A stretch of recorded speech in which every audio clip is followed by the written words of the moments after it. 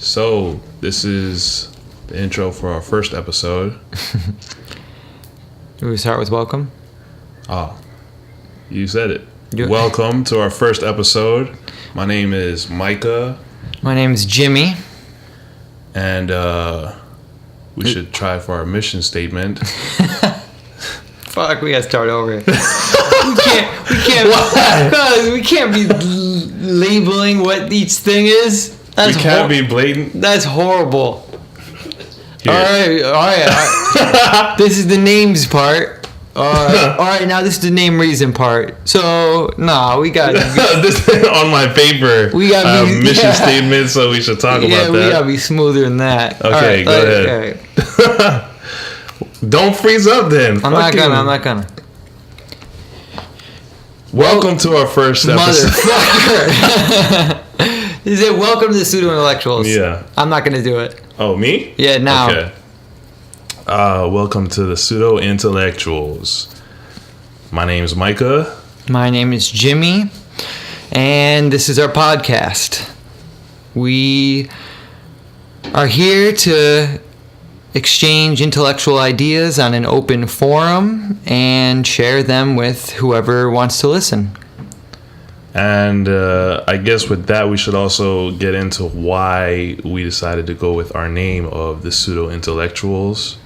And I think a good analogy to go with that is that it's a conversation Jimmy and I had a while back. And it's that we're not quite Sam Harris. We're also not even close. Not quite, far from that either. We're just like in that sweet spot right in the middle. And I think our conversations also reflect that. And we thought our name should reflect that too. So there you have it, the pseudo-intellectuals. And this is going to be our first episode ever. And with that, we hope you enjoy it. And there'll be many more to come. Dope.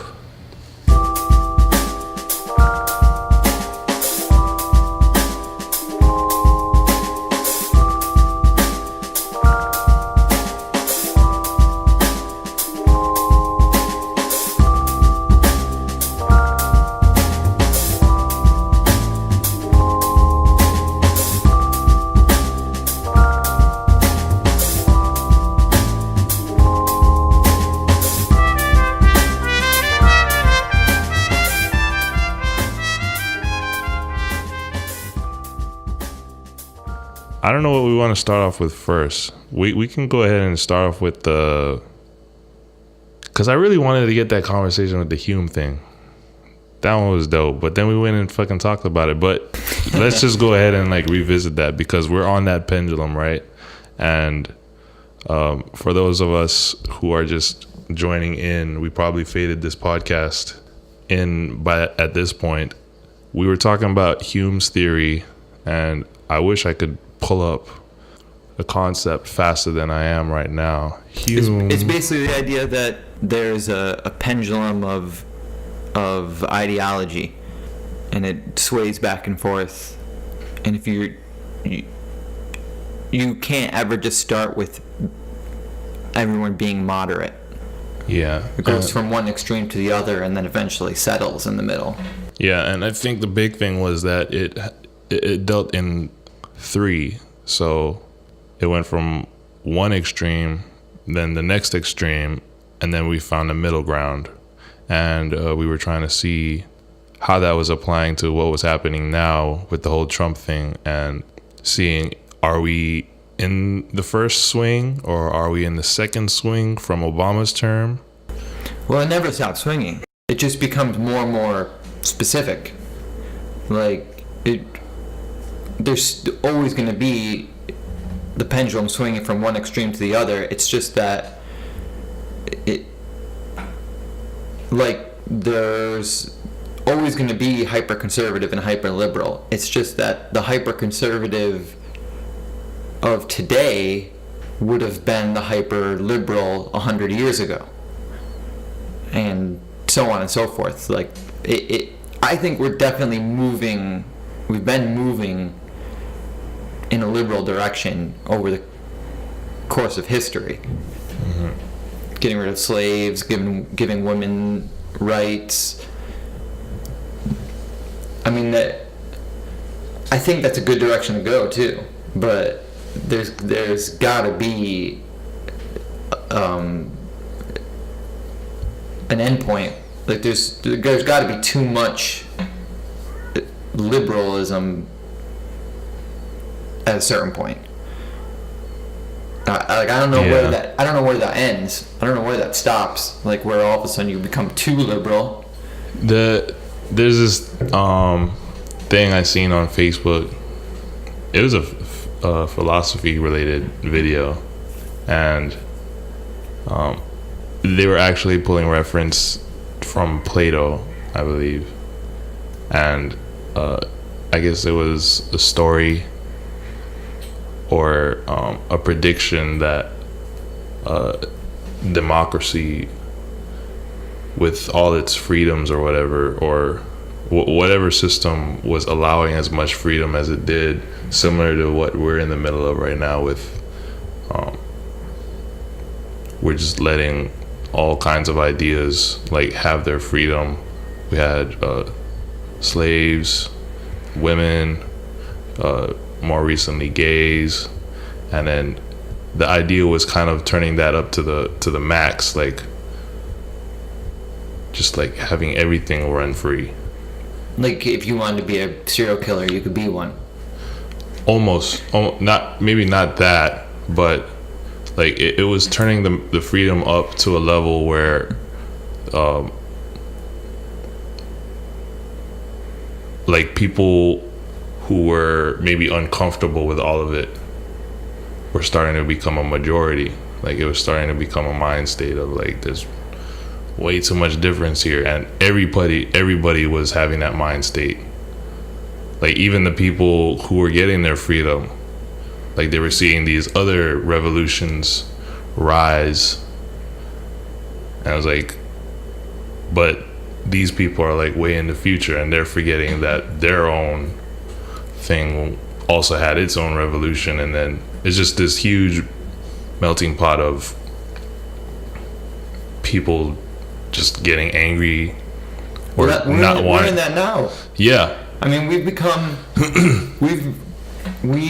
become so obsessed with tolerance that, I mean, that's a big problem with the the whole liberal movement. Yeah, and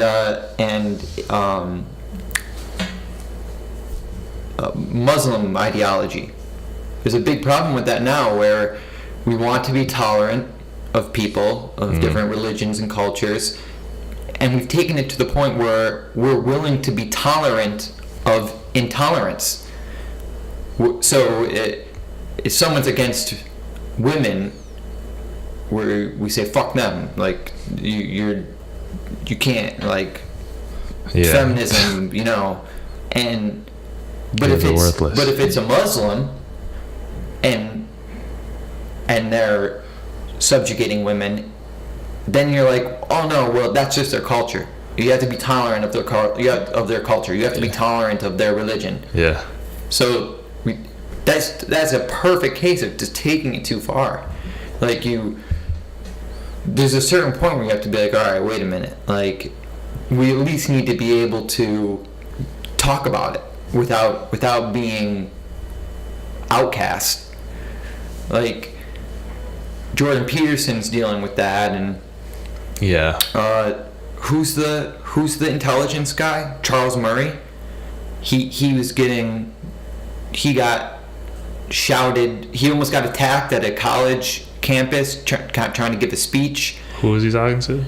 I mean, whose podcast was he on? Was he on Joe Rogan's or? No, he was on Sam Harris's. It's the one. He's the guy who did the study on IQ, and he found that there was an IQ gap within race, and he's not even close to being racist. He just said, like, this is what my science showed me. Yeah. And he... Is that the same guy who wrote the bell curve? Yes, that is the same guy.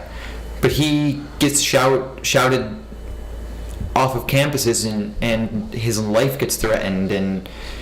But that's an extreme case where it's like, obviously, like if you have any intellect, that's a situation where you could say, okay, this is crazy.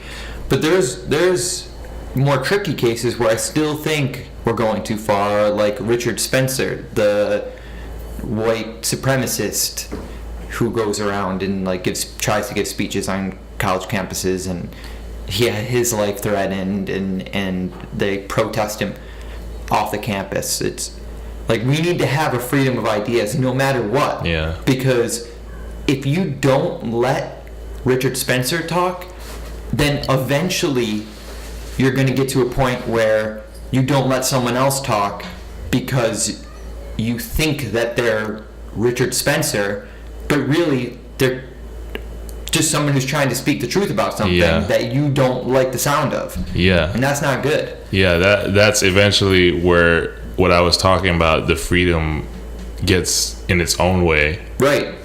And then that leads to, this is where the Facebook video was getting to, maybe what we're in right now. Whoever it is, it's starting to look like nobody really voted for Trump, but if there was anybody who voted for Trump and it was like a decent majority, well, somebody did, yeah. Then it's kind of a reaction to all this freedom being handed out, and Donald Trump is the result of it. And maybe even taking it to a further extreme, maybe turning the system from a democracy to something else now. Right. Because they've just let that result manifest into something way bigger with what Donald Trump is like currently doing. He's like going through and like really reversing all this stuff, and nothing's like really happening until November, hopefully. But what if by November it's too late? Like, he's kind of like making some moves really quick. Trump supporters are guilty of it as well, though. Yeah, that's actually exactly who I'm like referring to. Like, they people just. But this is something that's like more broad than like partisan ideology. It's across the board. Like, people just latch on to ideologies, and from then on they never reevaluate it. It's always like, this is just right, and if you're against it, then you're wrong. So no matter how much evidence is brought before them to the contrary, it's already locked in their mind as this is truth. So and I mean, Trump supporters are like well known to be like this. So like, no matter what you show them about Donald Trump, they just love him. And is that even holding true now though? Like, I'm really curious. Dude, his base is unmovable. I'm telling you. No ways. His base, like his real base. There has to be something that he's done recently. I was reading some of the headlines recently, and I was like, there's not a single person who's really supporting this. But there are. I mean, I'll grant you this. There are plenty of people that can have their mind changed who supported Donald Trump and now no longer do. But there is a core base that, regardless of all the headlines, and people are like, oh, like, you know, Donald Trump supporters, like those diehard supporters, like, oh, they're so stupid. Like, they literally can't be reading any news. No, just all the information on Donald Trump they have right now is just from election day. No, they do read the news, but they just Scott Adams, who I hate, but like, I think he's an idiot, but he said something that made a lot of sense, and it's so funny too, because like, it's such a smart thing to say, and yet I'll just explain it first. Basically, he said, America's watching a movie, and yet it's the same movie, and we're watching two different storylines. Like, we're watching a movie, and you ask someone, what is this movie about? Mm-hmm. And they'll tell you something, and you ask the other person what this movie about, and it is entirely different. Yeah. So like, we're just seeing the same thing but interpreting it in an entirely different way. So his point was, some people look at Donald Trump and they see him do something and they say, oh, this is this, and this. And then you ask someone else and they're like, no, that's not what that was. This is this, and that. Like someone will say, that was the dumbest thing he ever did. And a supporter will be like, no, he did it for this reason, and that's a good reason. And it's funny that that's a good analogy, because Scott Adams is one of the people who is watching him saying, this is good. Like, he's a genius, basically. With the Scott Adams things, I don't know if because he does say he doesn't support him, right? He doesn't support Donald Trump, but he just thinks he's a genius or whatever. He's a genius. Yeah. I mean, that's worse to me. How do you think that?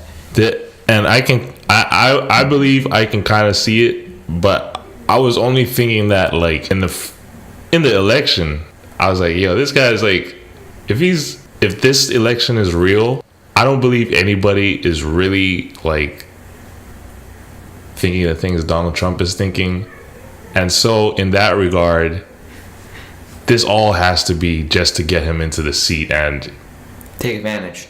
And take advantage, and then it'll turn out that was all fake and he just really, like, flipped his supporters. But as it's been going on, obviously that didn't happen. Yeah, you can't really, like, say he's a genius anymore. I think he stumbled into it.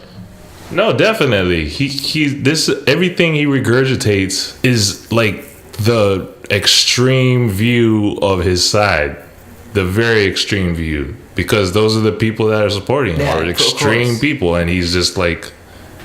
And I've said it before. If he thought that a liberal point of view would have gotten him elected and more efficiently, then we would have a liberal Donald Trump right now. When he ran back in the day, or, like, talked about it, he was going to run as Democrat. Yeah. Because I don't think he has a value system. Like, there is no moral compass in his mind. It's just what is more advantageous in this moment. In this moment, not even like this year. Yeah. It's constantly changing every second to whatever is most advantageous, and that is where Scott Adams says he's a genius.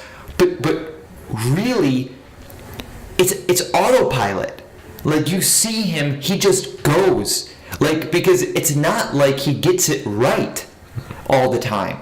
Like, yeah, he got elected, but, like, he could so easily do it a different way now as he's president, like, now being president, where he could gain way more supporters. Yeah. Maybe even get reelected. Way more things he could do. Yeah, and that would come off as smart. Yeah, and instead he just still follows that knee jerk, like, oh, what's good right now for me? What's good right? Like, yeah, he's literally the embodiment of what a business would look like in the flesh. Yeah. No, American business. Yeah. American corporation is totally. Donald Trump in the flesh. Yeah. And I think it's even worse now. Speaking of Donald Trump's IQ and just how smart he is with, you've seen that, the recent allegations, or I think he brought it up in one of his own tweets. He was like, I had the highest IQ. Yeah. I think he's sick. Yeah, they said he's like dementia or something. Didn't they diagnose him or something? Like, he's been diagnosed with having some sort of, and they were drawing. I think it was just not correlations, but I think it was an armchair diagnosis. Oh, okay. Like, from watching him. Yeah. Like, it wasn't like a real diagnosis. But I think that I mean, he's 71 years old. Yeah. I think that he's starting to decline, and. If he isn't already. And that's interesting, because it's so strange how mental health is viewed in this country, because that, maybe not with him, because this is kind of like a weird time where no matter what he does, like, no one really cares, like, his supporters don't care, and, like, Republicans like him because they can do what they want. Yeah. So they're just keeping him in. Yeah. So this is kind of a weird time, but mental illness is one of those things where, like, if a president came out and was like, yeah, like, say he was running, like, if a candidate in a normal situation, not like this Donald Trump phenomena, in a normal situation, if a candidate came out and was like, yeah, I struggle with depression, like just like mostly everyone in the country, they would never get elected. Never. There's think so? No.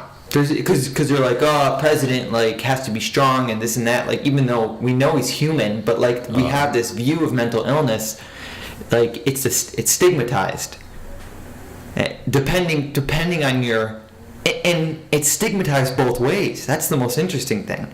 So, running for president, mental illness will shut your campaign down.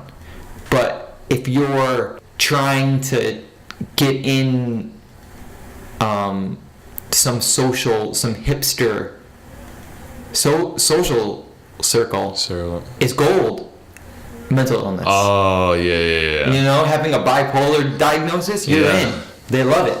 People love it. Yeah, I see what you're talking about. And there's like, you know, Munchausen's syndrome is where people pretend that they're physically ill to get attention. Mm-hmm.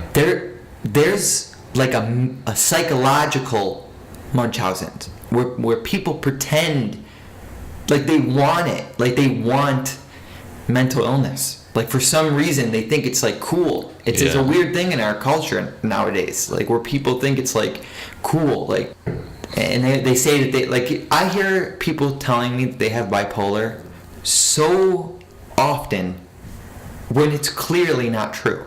Like they're like, yeah, I really have bad mood swings. Like I think I have like a little bipolar. It's like there's not a little bipolar. Like if you have bipolar, you have manic psychotic episodes, and there is a bipolar type 2, which is like bipolar without psychosis. But they literally just invented that term because so many people were going in saying they had it that the pharmaceutical companies and psychiatrists were like, let's just fucking give them the diagnosis. Like so many goddamn people want this. Like let's give it to them. Sell them some valproic acid, some lithium.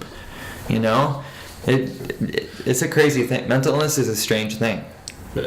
And with that whole thing of people claiming their own illnesses, I think another one that comes up a lot too is OCD. I have a slight OCD. OCD, yeah. And depression as well, even. Yeah. And like that's a difficult one because I know that people struggle with that more often than maybe people think. But there are definitely people that are like, yeah, I like have depression, and it's like, you don't know what depression is. Like, not real major depressive disorder, like where a person can't get out of bed for 6 months. Like, my sister's ex-boyfriend had bipolar, like real bipolar, like where when he went manic, he thought he was Jesus, like the second coming of Christ, and like truly believed it. And then after the episode, when he came back down, literally couldn't leave his room for months. Like couldn't physically bring himself to get up out of bed because he was that depressed. Like that's mental illness. You know, that's mental illness. But and that's different.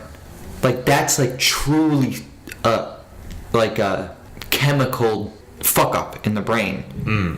But anything less than that is just like, I think, just like a psychological quirk and shouldn't be stigmatized. Not like a president with bipolar, definitely not. Like you shouldn't have him. A president with Alzheimer's, definitely not. Yeah. President with that like admits that he gets depressed sometimes, I think that would be okay. Like I wouldn't not vote for someone if they were honest about that. If they haven't, they're going to. Seeing all these presidents come out with white hair and shit. Totally. And you know, Donald Trump just had his exam, his first physical, and they came out horrible. I bet. Not, dude. Well, of course. Top shape Donald Trump. Verbatim, excellent health. They said. Wow. And people. Who said it? Him? No, the doctor. Oh wow. But. And it's the White House physician, like air quotes, White House physician. And people are like, oh, wow, I'm surprised, like, because he doesn't look healthy.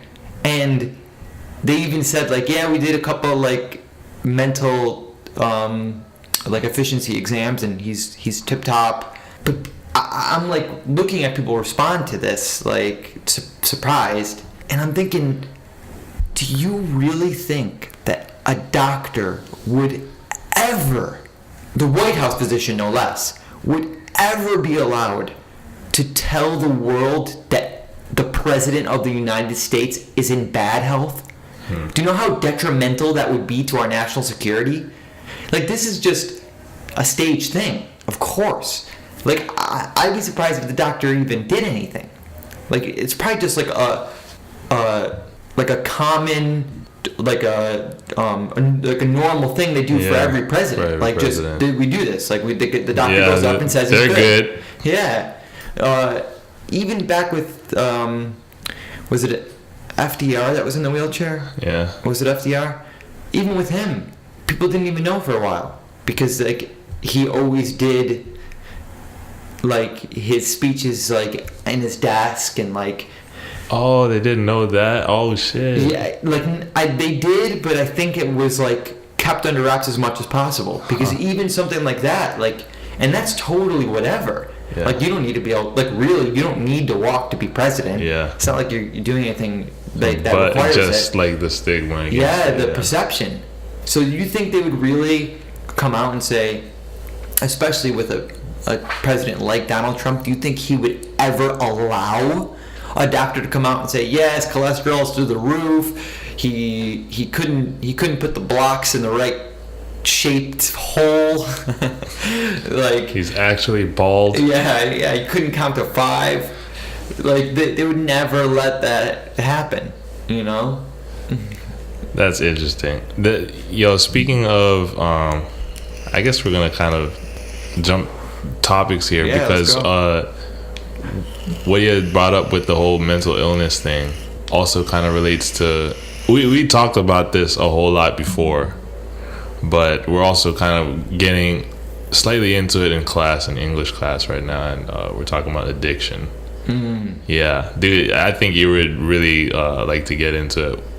Well, maybe not with the class I'm in. The class I'm in is kind of quiet about shit. But we're talking about gambling addiction. This lady in this story, she has been charged for the debts she incurred from this casino. Right.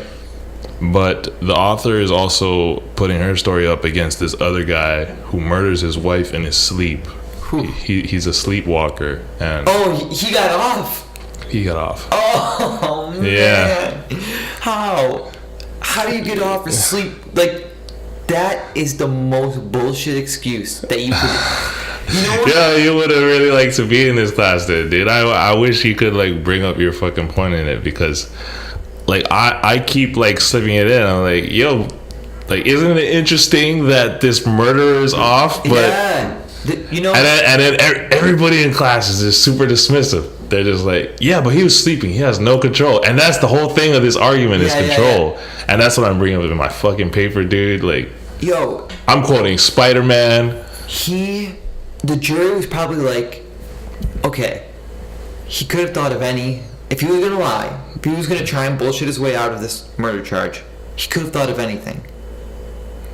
The fact that he chose sleepwalking, like, maybe he really is telling the truth. Because, you know, it's you got to prove him guilty. Yeah. It's guilty beyond reasonable doubt.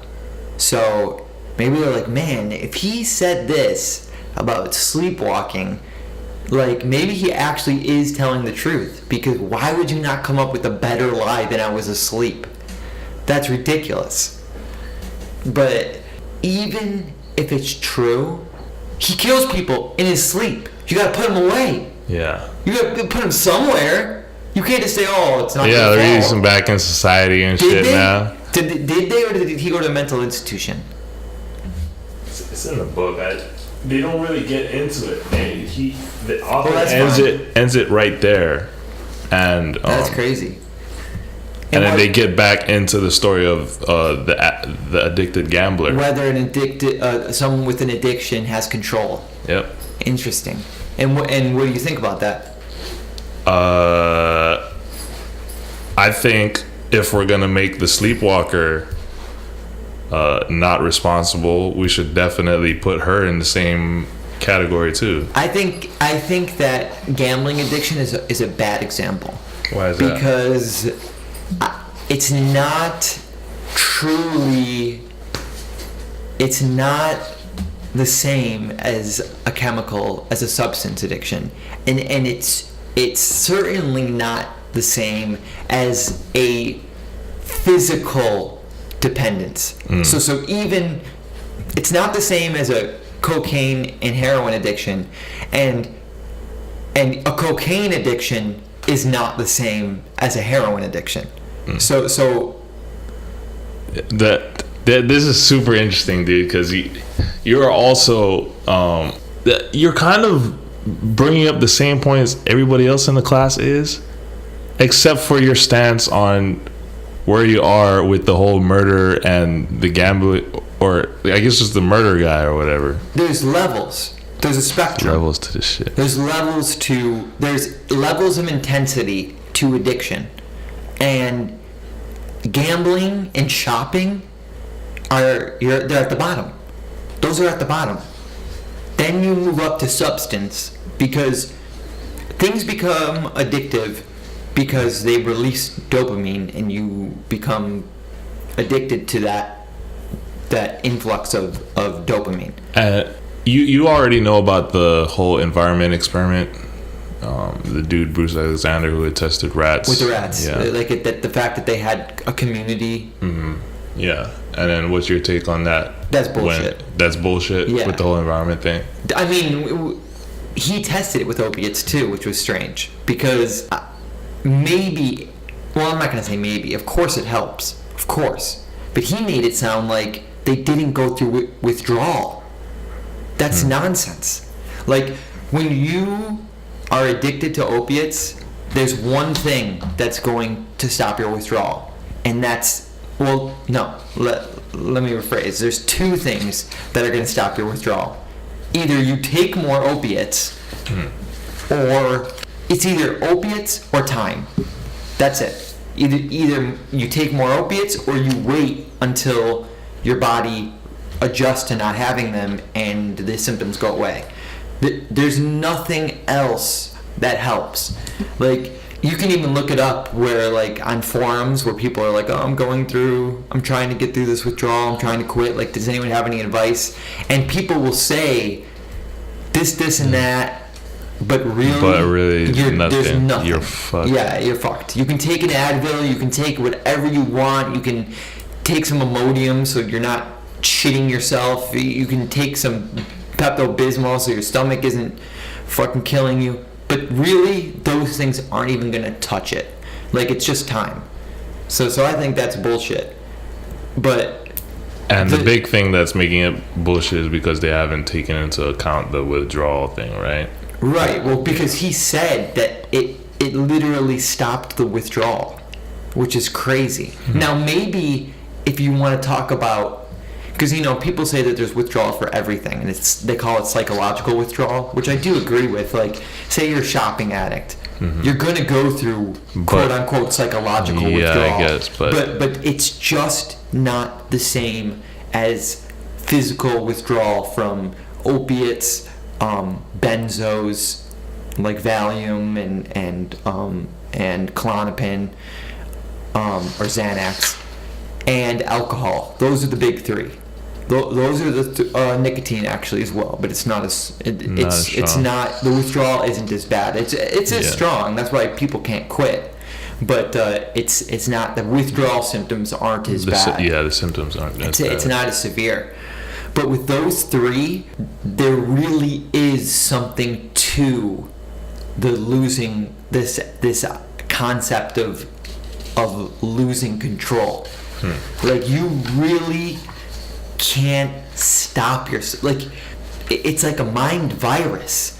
Like, you know that there's a way to end this suffering, and you can't help it but find a way to get it. It is powerful.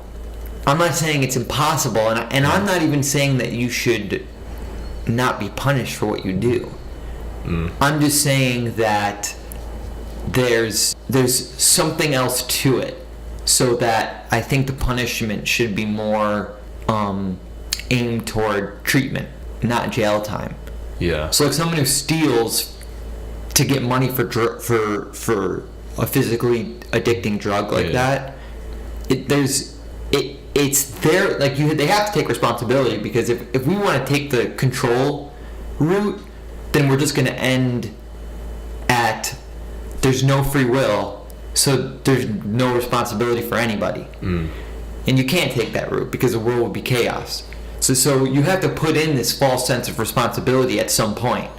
And I think that they should still be held responsible. It's just gonna be.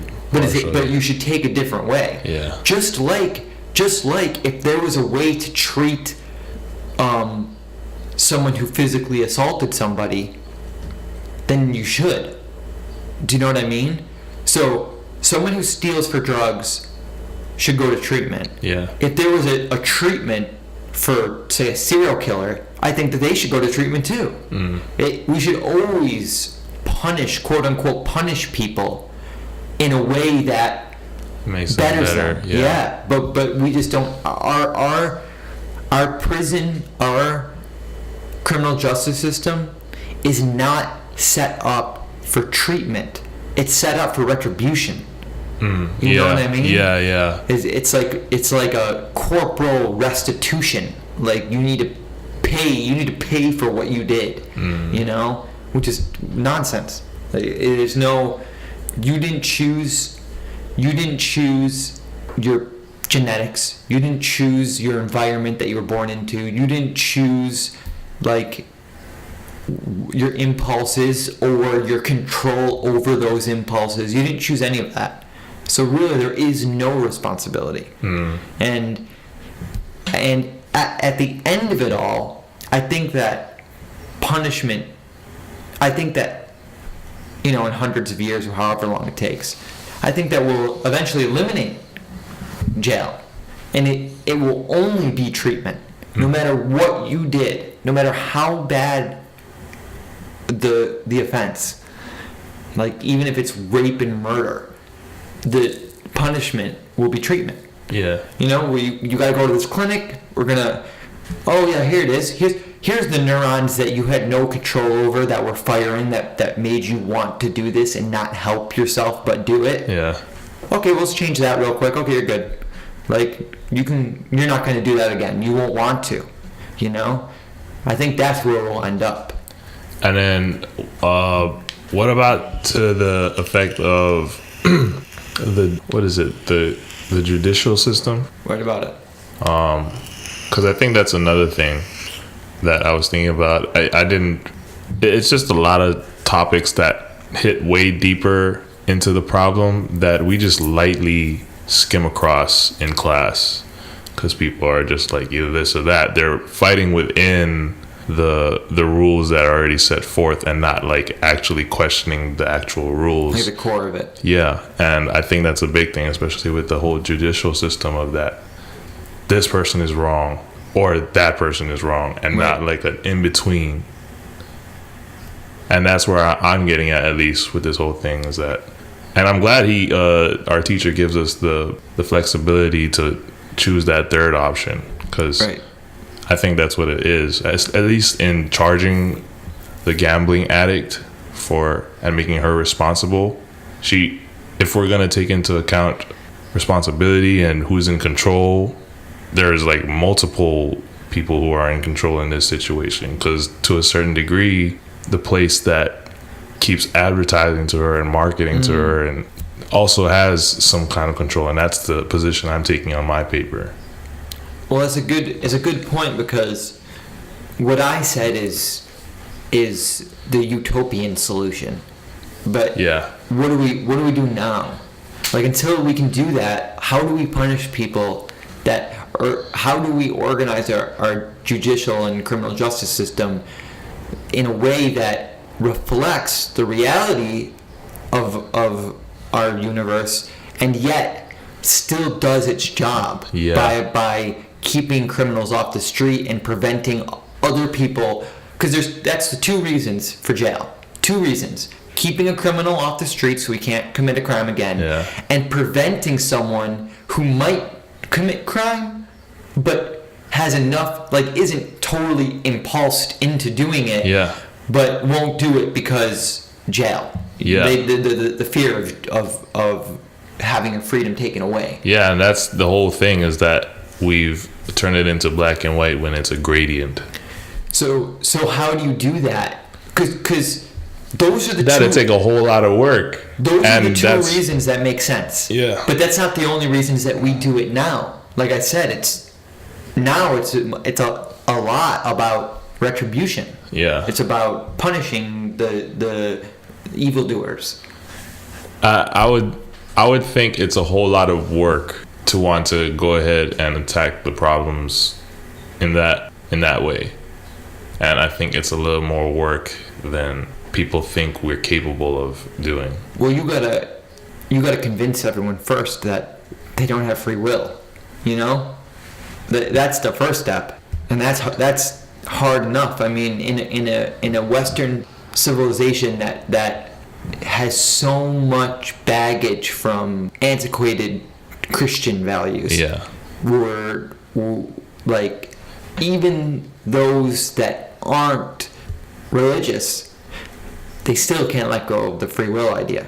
You know, they're stuck with it because it feels that way. You know, Yeah. you have that sense of agency, but there were philosophers back in the day, before Christian ideals were so ingrained Yeah. in our culture, where it was far more accepted. Yeah. Where it was just like known, like, yeah, there's all these causes and conditions that affect your behavior, and you're not really responsible. Like, Yo, it's imagine that society back then, dude. That was like ancient Greece. Yeah, dude. The mind state, like, granted, they probably weren't looking at the same things we're looking at, but the way they were thinking about things and the conversations that were probably going on. Well, think of it like this. There's they were the first. Yeah. So everyone after them, like, they had this knowledge of, and not just the, like, Socrates and Plato. Like, there were early philosophers that, like, barely even knew of them because they lived someplace else, and like, information didn't travel. I mean, like that. there's east and west. Like, But even the beginning one, like, just in general, early philosophers in general, everyone after that was like, oh, this is like a way to, like, think about stuff. Like, this is like, oh, like, thinking about our existence and, like, thinking about reality, and, like, this is how you do that. Yeah. And then, like, you could make up a totally different idea, but that way of thinking was started already. Those first guys, they just did it, like, off of nothing. Like, they just thought, they pulled that method of thinking, that, like, existential, metaphysical way of thinking, just out of thin air. You know? Like, how smart do you have to be to, like... And I bet you, for them, it wasn't even like that. Like, they just were born in a way that, like, they just thought that way. But that's crazy. I don't know if it... I'm gonna have some skepticism towards, like, anything being pulled out of thin air. That you're maybe gonna have to explain a little bit on that, because people were probably thinking and talking about it before. They were just the smartest ones. they were probably dedicating more effort towards thinking about it, whereas some people, once they get to a thought, you know, they're already super deep into this thought, and they've probably forgotten a lot of the previous thoughts that led them to that position, and they're like, man, fuck this, I'm gonna keep tending to my garden or whatever. So they were the first people that were passionate about thinking that way. Yeah. Still, that's impressive, though. Yeah, know? Sure. It definitely is. And I think those are the people that tend to stand out in society even now. The ones who are able to push forward, like... And they were rich. Oh, were they? I don't want to say Socrates and Plato, but many, many philosophers of the day, like the ones that we all know, they were wealthy. Yeah. So, like, imagine, so they had the time, you know? Yeah. And they were well educated. Imagine all the people throughout history who were bound by whose minds were bound by their financial status. You know, they couldn't really blossom psychologically. Yeah. Because they always had to be thinking about how to survive and how to move forward and move up in the world. They get to they're probably like deep in thought one day in their fucking garden, and they're like, damn, I'm coming upon some insight right now. Right. Oh, my pigs just ran out the farm. Yeah, for real, man. Yeah. And that was it. It was over. What was I thinking about that other day? Yeah. I forgot. Fuck. That could have been something amazing. It could have been some plenty of fucking times. philosopher from the fucking farm, but Yeah, the unencumbered mind tends toward depth. It's just that it's always distracted. it's just that it's always encumbered, you know? Yeah. It's always bound by anxiety, like, of life, of finances, of relationships, of just having money gives you so much power in this world and so much freedom that unless you are so beyond smart that you can overcome that aspect, you need it to really be successful intellectually, you know? That has me thinking about maybe the requirements of like what's needed to make that situation for anybody. Like, so money is a big thing, because then you'd be sitting pretty and you wouldn't have to worry about shit. Right. And I guess this is where I'm trying to head towards, is how do we because there are ideas about how to make money irrelevant in society.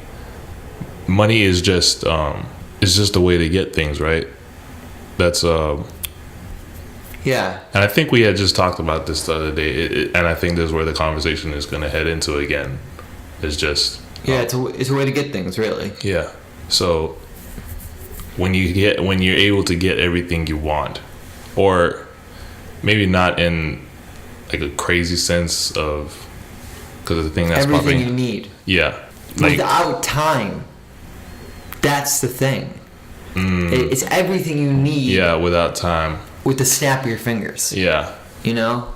It's looking to be a little bit more possible now with like online everything. Just order shit online. You could even like Instant gratification. yeah. Definitely. But and then that's just gonna lead into the whole universal basic income, right? Yeah. Yeah. No, absolutely. And that'll be amazing. Because how many minds will be unlocked? How many minds will be unlocked now that they don't have to worry about Yeah, they don't have to worry about their shit. menial fucking jobs and you know, the classic term, human drudgery. Oh, so yeah, let's actually think about like what would they have to worry about. Like, let's think about the first thing that pops into my mind is maybe people are worrying about their Social status. yeah, Definitely. That would be huge. yeah. Why do you think that rich kids of rich tycoons become socialites? That's their job. Like, once you have money and you're growing up and you're a teenager, like, every teenager is a socialite. It's just they don't have the money. You know? Like, every teenager is trying to be cool and, like, have friends in school, and it's just that if you have money, you're a socialite because, like, you have nothing else to do. You don't have to worry about school. You don't have to worry about working. You don't have to worry about... You're good. So all you focus on is what you're passionate about. As a teenager, that's your social life. You know? So there's this idea, there's this philosopher called Pierre Bourdieu, and he wrote a book called Distinction, and it's incredible. And he talks about this idea of there's financial, economic capital, money, and then there's cultural capital, social capital. And that if you have no financial capital, you can use the cultural capital to overcome that lack of economic immobility. Yeah. So you can still climb the social ladder. Yeah. Because you're just fucking cool. Yeah. And it's funny because it's this fucking French philosopher, and it's like really smart, like philosophical guy, and he talks about hipsters. Like that's what like Hipster. that's what like inspired him to write this huge. It's a big fucking book too. That's what inspired him to write the book, because he saw them and he saw how like it was that idea of like it, like these people usually don't have a lot of money, but like they've learned how to like be cool. Like they just make it cool. Yeah. So like now you get rich people, you know, going to thrift stores. Yeah. Because it's cool. But the original hipsters, Just they knew. had to. Yeah. So they were like, fuck, all I can afford is this goddamn thrift store shit. Let's make it cool. Yeah. You know? So like, there's workarounds, but at the end of the day, a rich hipster is just going to be more popular than a poor one.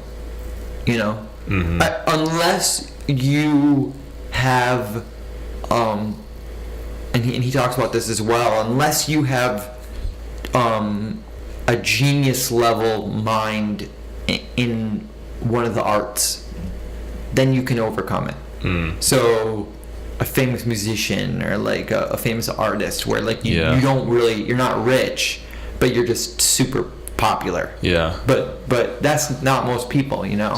So You know who comes to mind who maybe fits that description, and I think I do have a proof that he's maybe not that rich, is Kanye West. you're not that rich? Why would you say that?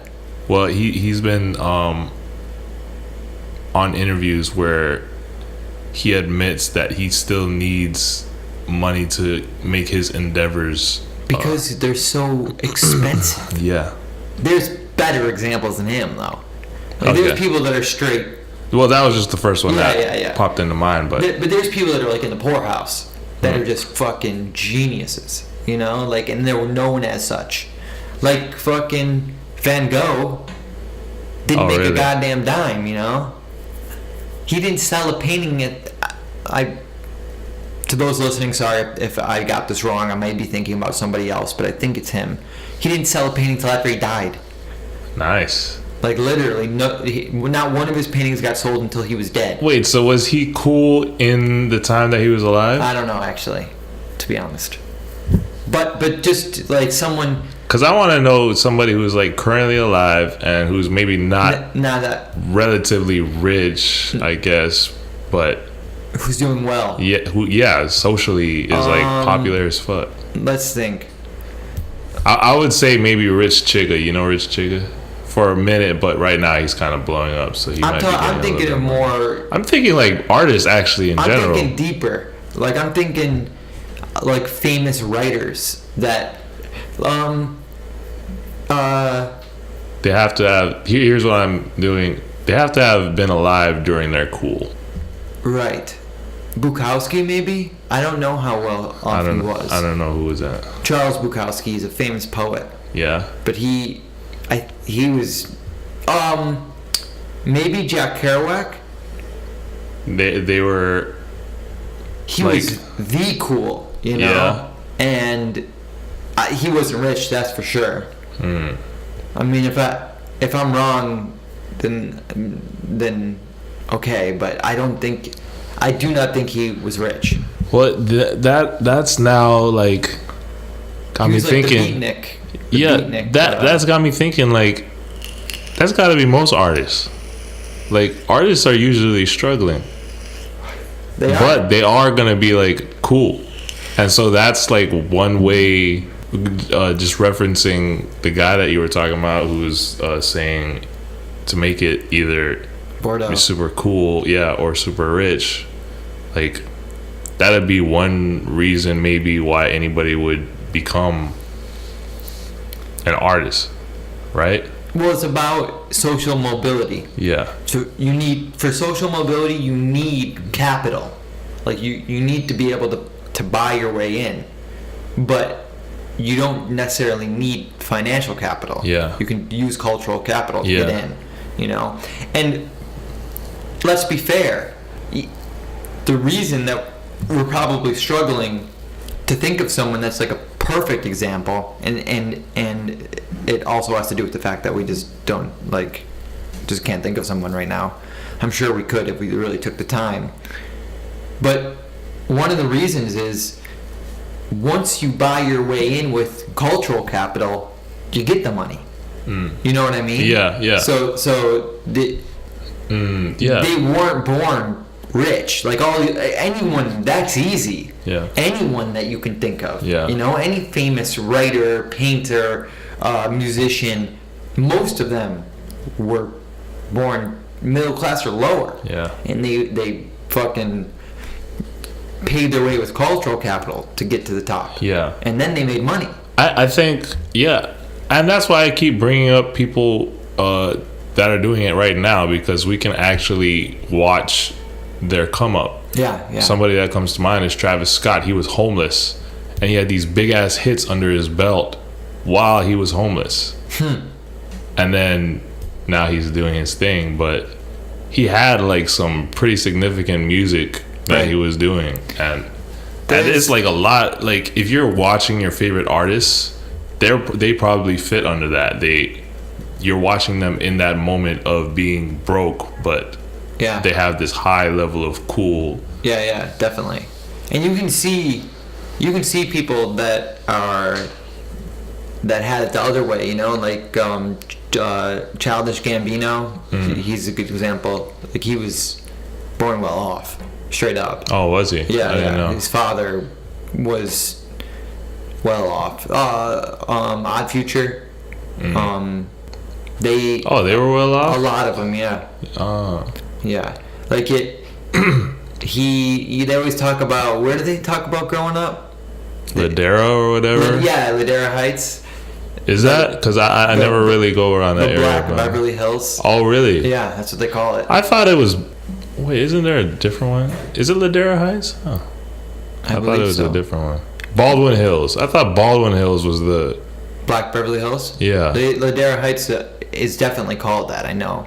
Maybe Baldwin Hills is as well. Oh, okay. There could be multiple places with that name. Oh, but that was where a lot of Odd Future. Tyler was over there, right? Ladera Heights. At least Tyler, I know, Yeah. was like, he didn't struggle like that financially. Yeah. You know, clearly he struggled with some type of mental shit. Yeah. But, and that's another thing too, though. That unburdening of the mind, that unencumbered mind, brings out more than just your best psychologically. Yeah. Like it's such a crazy thing. It's a place that humans have, like evolutionarily speaking, we haven't evolved to deal with that, to being totally unencumbered. Like we just haven't, like we've evolved to struggle for your whole life. Yeah. Like our minds can't even deal with it. It's just like when it was only 100 years ago that the average lifespan was half of what it is today.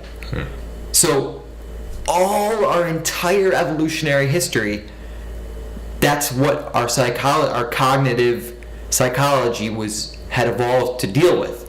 You live till 40 and then you die. Yeah.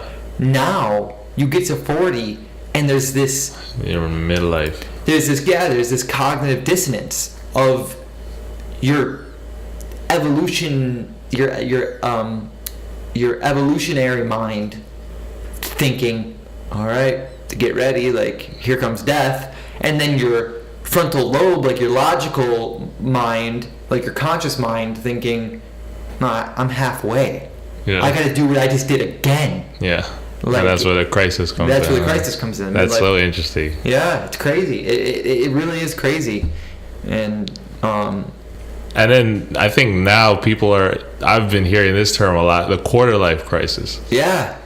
Yeah, That shit is so crazy and I think that's in response to the midlife crisis, because the midlife crisis is a response to holy shit, we're still alive, and the quarter life crisis is holy shit, I'm gonna be alive. Yeah. No, totally, because the quarter life crisis was originally the midlife crisis. Yeah. So like normally you're too young to have a midlife crisis, even if you die at 40. Mm-hmm. So no one ever thought, or at 20 or whatever, and no one ever thought of it.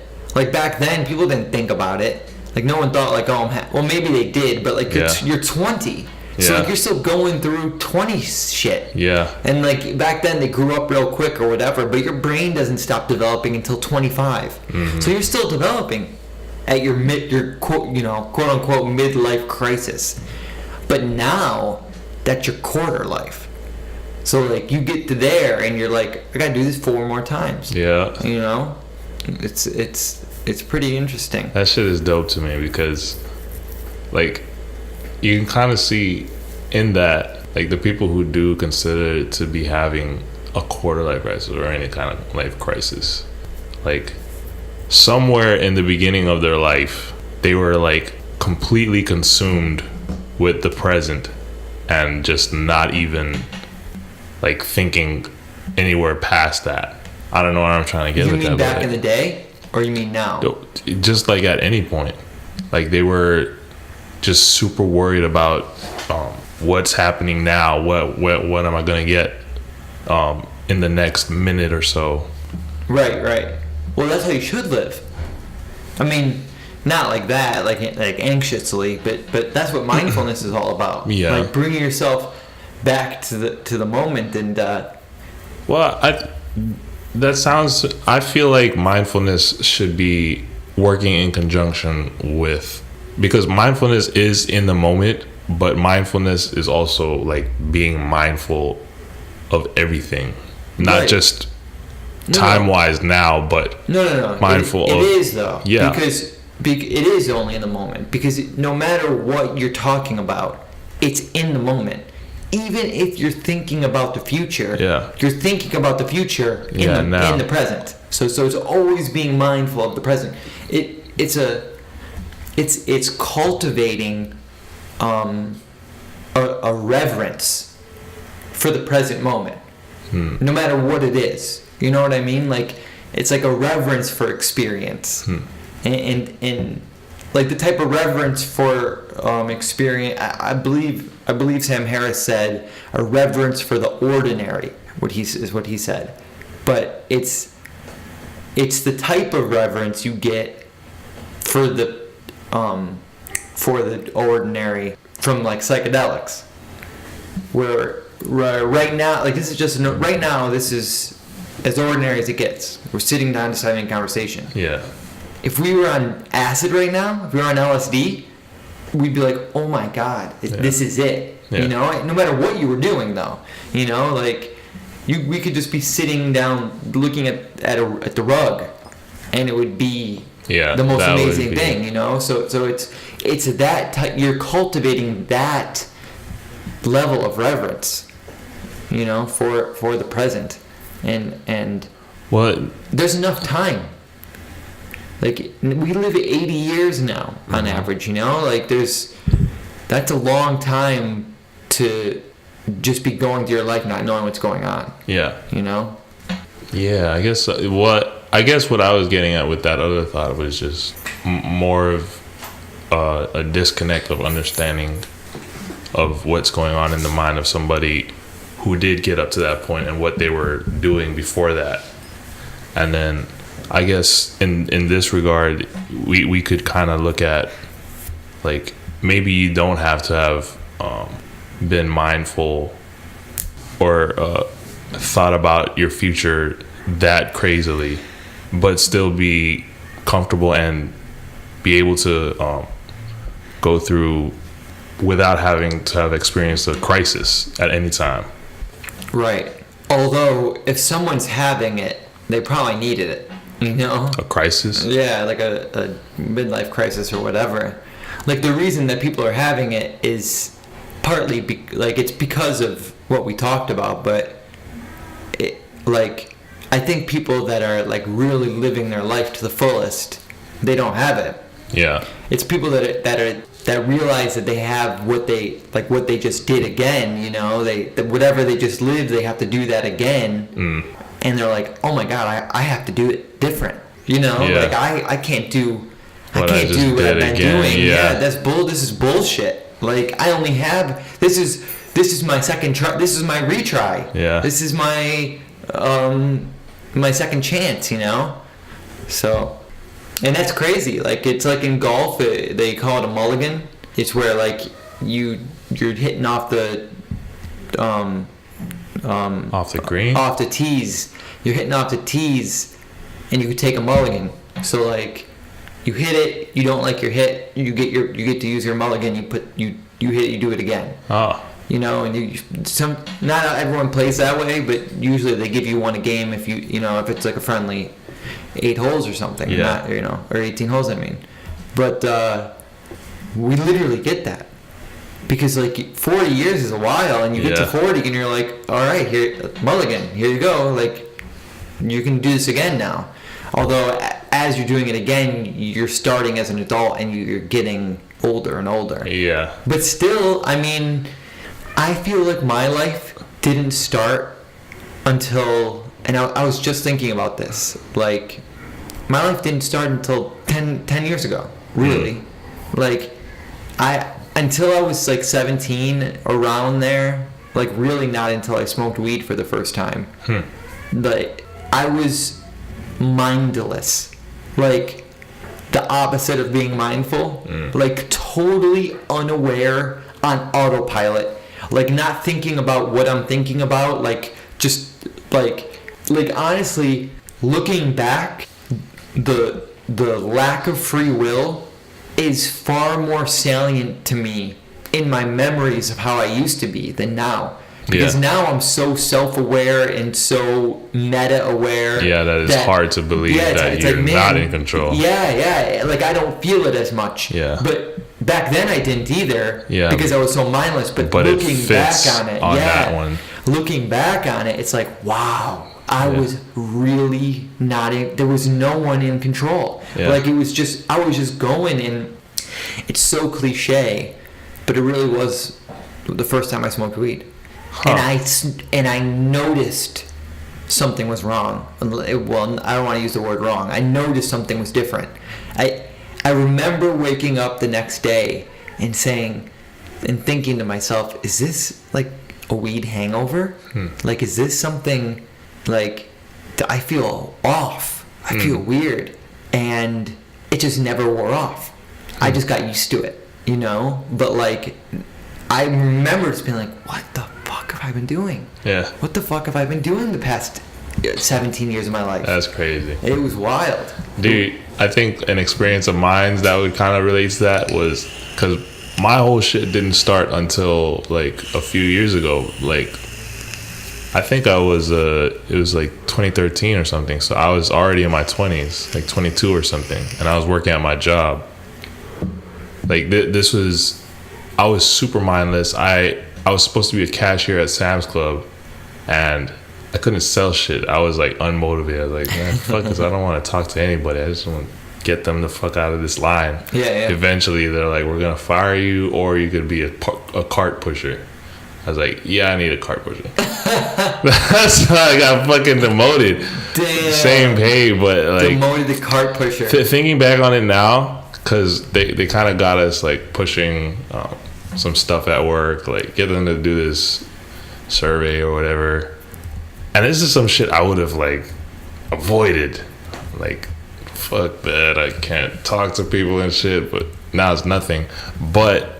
that was just like my mind state back then was I didn't know how to, not know how, but I just didn't, there was nothing really in it that I could see that would like do anything for me. But in the, you didn't care. Yeah. And yeah, that was a big thing. I didn't care. And in the cart pusher position is when I had like my big revelation, because like, I think there were a few things that were going on. Like I was in the middle of, my mom, my sister, and my grandma had moved back to Tonga, and it was just I think it was. Oh no, I had broken up with my girlfriend too, and it was just all these events going on. And at work, there was a lot of people dropping off, and I was slowly becoming like the one who's been working there the longest. Right. And like, it just kind of shocked you into yeah, because like awareness. I was being surrounded by all this like shitty ass workers, but they were new people. Nobody was teaching them, and that's when it dawned on me that like, okay, somebody has to teach them, and like I'm thinking about who could possibly be it, and then like I'm like shining the light on myself. I'm like, fuck. And like that's when my revelation, but then things start like falling in place after that, because in putting the spotlight on myself, I have to take on everything else that comes with looking at yourself. That, but also like being a leader. Because in order to teach these people, you kind of have to be a leader. And I thought about being a leader before, but not in the applicable sense that I had to do it in that scenario. Because in that one, I still wanted to be myself, whereas before, it's just being a leader for the sake of being a leader. So you're like demanding without yourself being there, or at least because it's not natural to me to be a leader. Totally. But then in that sense, I kind of had to like train these guys, and so I'm like, yeah, do it this way, like kind of in the beginning in an uncaring manner. Like, I don't give a fuck if you're gonna follow me or whatever, but like if we're gonna do this job correct and not fuck ourselves up, you're gonna do what I'm telling you. And then as I'm like seeing myself do these things, I'm like, okay, in order to do this better, I should do this, I should pick up this habit. And then that just starts like snowballing into more shit. And from that job, like it was this attitude of, I guess, adventure, because from that job I had gotten into my carpentry job. My friend who I had gotten into the cart pushing job was getting hooked up with this other job, and it was kind of like the most randomest jump ever. He's like, dude, I'm about to get this carpentry job. And this was before it was even confirmed he was going to get it. He said, you should come and do it with me. And for some reason, like, it's like jumping into a fucking hole. We have no idea what's going to happen. Right. And I'm like, yeah, actually, that's a good idea. But for me, it wasn't so much jumping into a hole. I had gained all this confidence, and I knew how I was going to go about jumping into this hole. Right. So really the hole doesn't even matter, because I know how I'm going to survive jumping into this hole. I had all this wealth and knowledge I had built up in myself from the time prior when I had... About yourself, right? Yeah. From when I had decided I was going to be a leader to these new guys. I had built up all these habits and shit. And jumping into the hole now was just like, yeah, I see how this is going to work. I'll do this now. You know, when you said that, like, you wanted to be a leader before, but you didn't really know, like, it was just about it, like... Yeah, I think that was more just, I didn't want to be a leader. I hated the idea of me being a leader, because that was just like, because I like when I get the spotlight, but at the same time, I don't like, there's something about being a leader that just kind of, I guess it's pressure. Yeah. No, but I know what you mean, because the at least in my situation before that moment where I like had my first glimpse of mindfulness just spontaneously, I can tell just in like what my career path, my career ideas were back then. Like, it was just totally random. Like, I wanted to be a marine biologist, and then I wanted to be an architect, and I don't like either of those things. And like, looking back on it now, I was just going. Like, I was just autopilot. Like, oh, that sounds cool. I want to do that. Like, yeah. And like, I really stuck to it. Like, to the point where like I would tell my career counselors, like, for picking classes and stuff in college, and I really thought that was, like, I was just like, yeah, that's what I'm gonna do. And like, I had no passion towards it, but like, it was just, I was just going. And now I can see how people who weren't as lucky as me and like didn't get that never had any moment of awakening, so to speak, that just are in these jobs now, and like they just don't even know what they're doing there. Interesting. Like literally, you know, like they just are there. Like one day they wake up and they just find themselves there, and they're like, oh yeah, I just did this, I guess. You know what I mean? Like, yeah, that's crazy. I have a few ways of looking at that. There could be that one, and that one sounds like they just woke up in the middle of being thrown into that situation. Their past self threw them into this situation, and now they woke up in the middle of it and are like, what the fuck did I get myself into? Is that kind of... Yeah, it really is like that, because like you aren't your past self. We connect our narrative together so that you know that that's you, but like it's not you. I mean, the person that I was, especially before 18, was so different that it was like nothing like me, like totally different person, you know. And yet I know it was me, but it's not. So like knowing what I know now, I can kind of make more sense of it. But I could imagine someone being like, what the fuck? Like really feeling like that someone else threw them in that situation, you know? And it's like that idea of epiphenomenal consciousness, where you really are. It's like a side effect. So you pair that with lack of free will, and you really are just strapped to you're just this consciousness. You're just this consciousness strapped to your body, like that's on autopilot. You know what I mean? And for the most part, unless you come about it a certain way, even the consciousness is on autopilot. Yeah. But you know, for me, it was like smoking weed. But for other people, it happens to them. Like maybe it is their midlife crisis. Maybe it's just that cognition of I'm halfway through my life. I have another 40 years to go, and like that's enough to give them that moment of awakening. You know, like for me, it was cliche drugs. You know, but like. For some people, it could be anything, you know, where it just like shocks them awake, and they're like, "Oh my God, what am I doing here? Like, why did I choose this path?"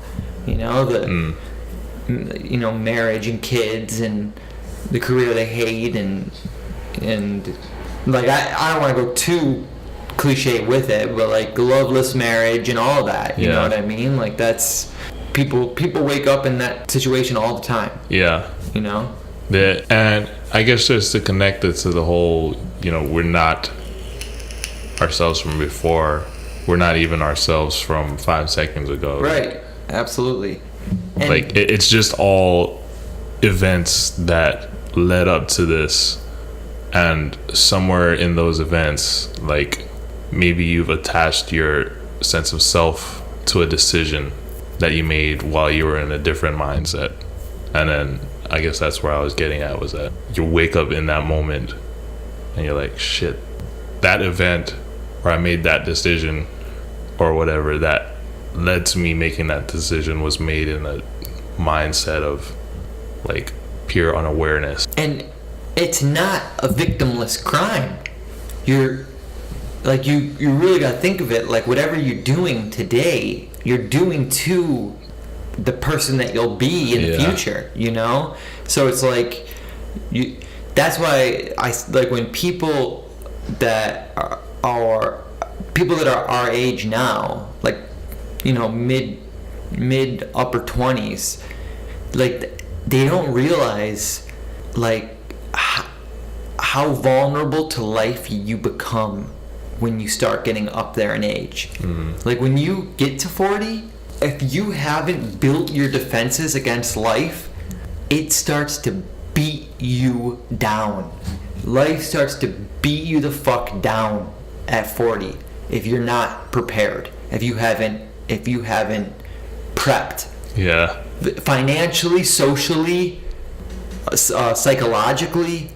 Because now you can just kind of be like, you know, I'm young, you know, like I got time, When you're 40 and you have no career plan, no nothing, you're still working a dead end job, then life starts to beat you down. Yeah, things are like piling up already by that point. Yeah, and what are you gonna do? You know, because then now you're the 40-year-old that works the minimum wage job, not the 25-year-old.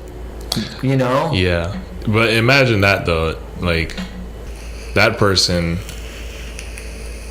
can choose now to like make a bit of a change, just that they're gonna have to fight through all this bullshit now that's been accumulating for these past 40 years. They're at the minimum wage job and they're like saying, okay, I'm gonna get to 80, I'm planning my life now or whatever. But what's the change? How do you come back? How do you come back from that? Yeah, like it's even difficult now. And that's why when successful people, and I understand what they're saying, but when successful people talk about how you just gotta work hard and like you can get where they are, or like even not even where they are, but like, you know, just doing okay, like you can work hard. It's not all about that. Like it is a huge factor. Basically, there's some saying, and I can't think of exactly how it goes, but it's basically effort. It's something basically like effort is this is actually not what it is at all, but I'm just going to paraphrase. It's basically effort is continuously jumping against the wall until the window of luck appears. Do you know what I mean? Yeah. Like if you're not continuously jumping, when that window of luck does appear, you're not going to go through it. But man, some people just never get that window. You know, they throw themselves against the wall for 80 years straight, and there's never a goddamn window. Well, and that's scary. That's my biggest fear. That I'd have to ask what exactly was happening in those 80 years. They were trying, you know, they were doing. I'm gonna make the assumption that they weren't like being consistent somewhere, because with that effort thing, I imagine throwing yourself against the wall, that hypothetical wall, but in a consistent manner. You're not going to throw yourself at different parts of the wall and then the window shows up at this part and you fucking missed it. Well, that's what happens though. Like, you never know where it's going to be, and like, it really is the window of luck, you know? Yeah. Like, it's pure chance. There are people that work hard their whole lives and they just never get a break. Because I also look at it like this.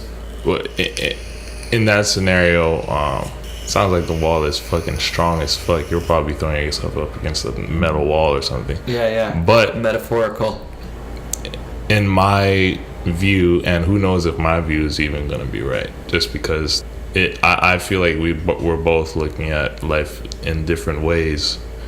I feel like some wall is going to give at some point. If you're... Metaphorical walls are pretty tough. Yeah. I like, truthfully, I think, and that's just because of what I'm seeing. Like, I feel like we're looking at the same people, and there's referring back to like when you're watching a movie and you're seeing different shit. I'm seeing these same successful people, and I'm seeing how they did it, and I'm seeing where these other people who were trying are maybe doing it wrong. Listen, some people, don't get me wrong, some people throw themselves straight through the fucking wall. But if that's not what you have, like, some people just don't have it in them. Like, it's not they're not trying hard enough, they don't have the skills, you know? Like in this metaphor, the strength that you have throwing yourself against the wall, that's also the strength of luck. You didn't choose your skills, you didn't choose how smart you are, how whatever, and you can build those skills up and you can learn and you can teach yourself things, but some people just don't have it in them. Like, they just can't do certain things, you know? And some people just don't know what to do. Like, they just don't know. They don't know they're not good with knowing where the window's gonna maybe be. Or some people are just so strong they throw themselves through the wall. Other people are so smart that they know where they kind of have an idea of like where most probably the window's gonna appear, and they throw themselves through it. But that's the strength and smarts, or the strength and intelligence of luck as well.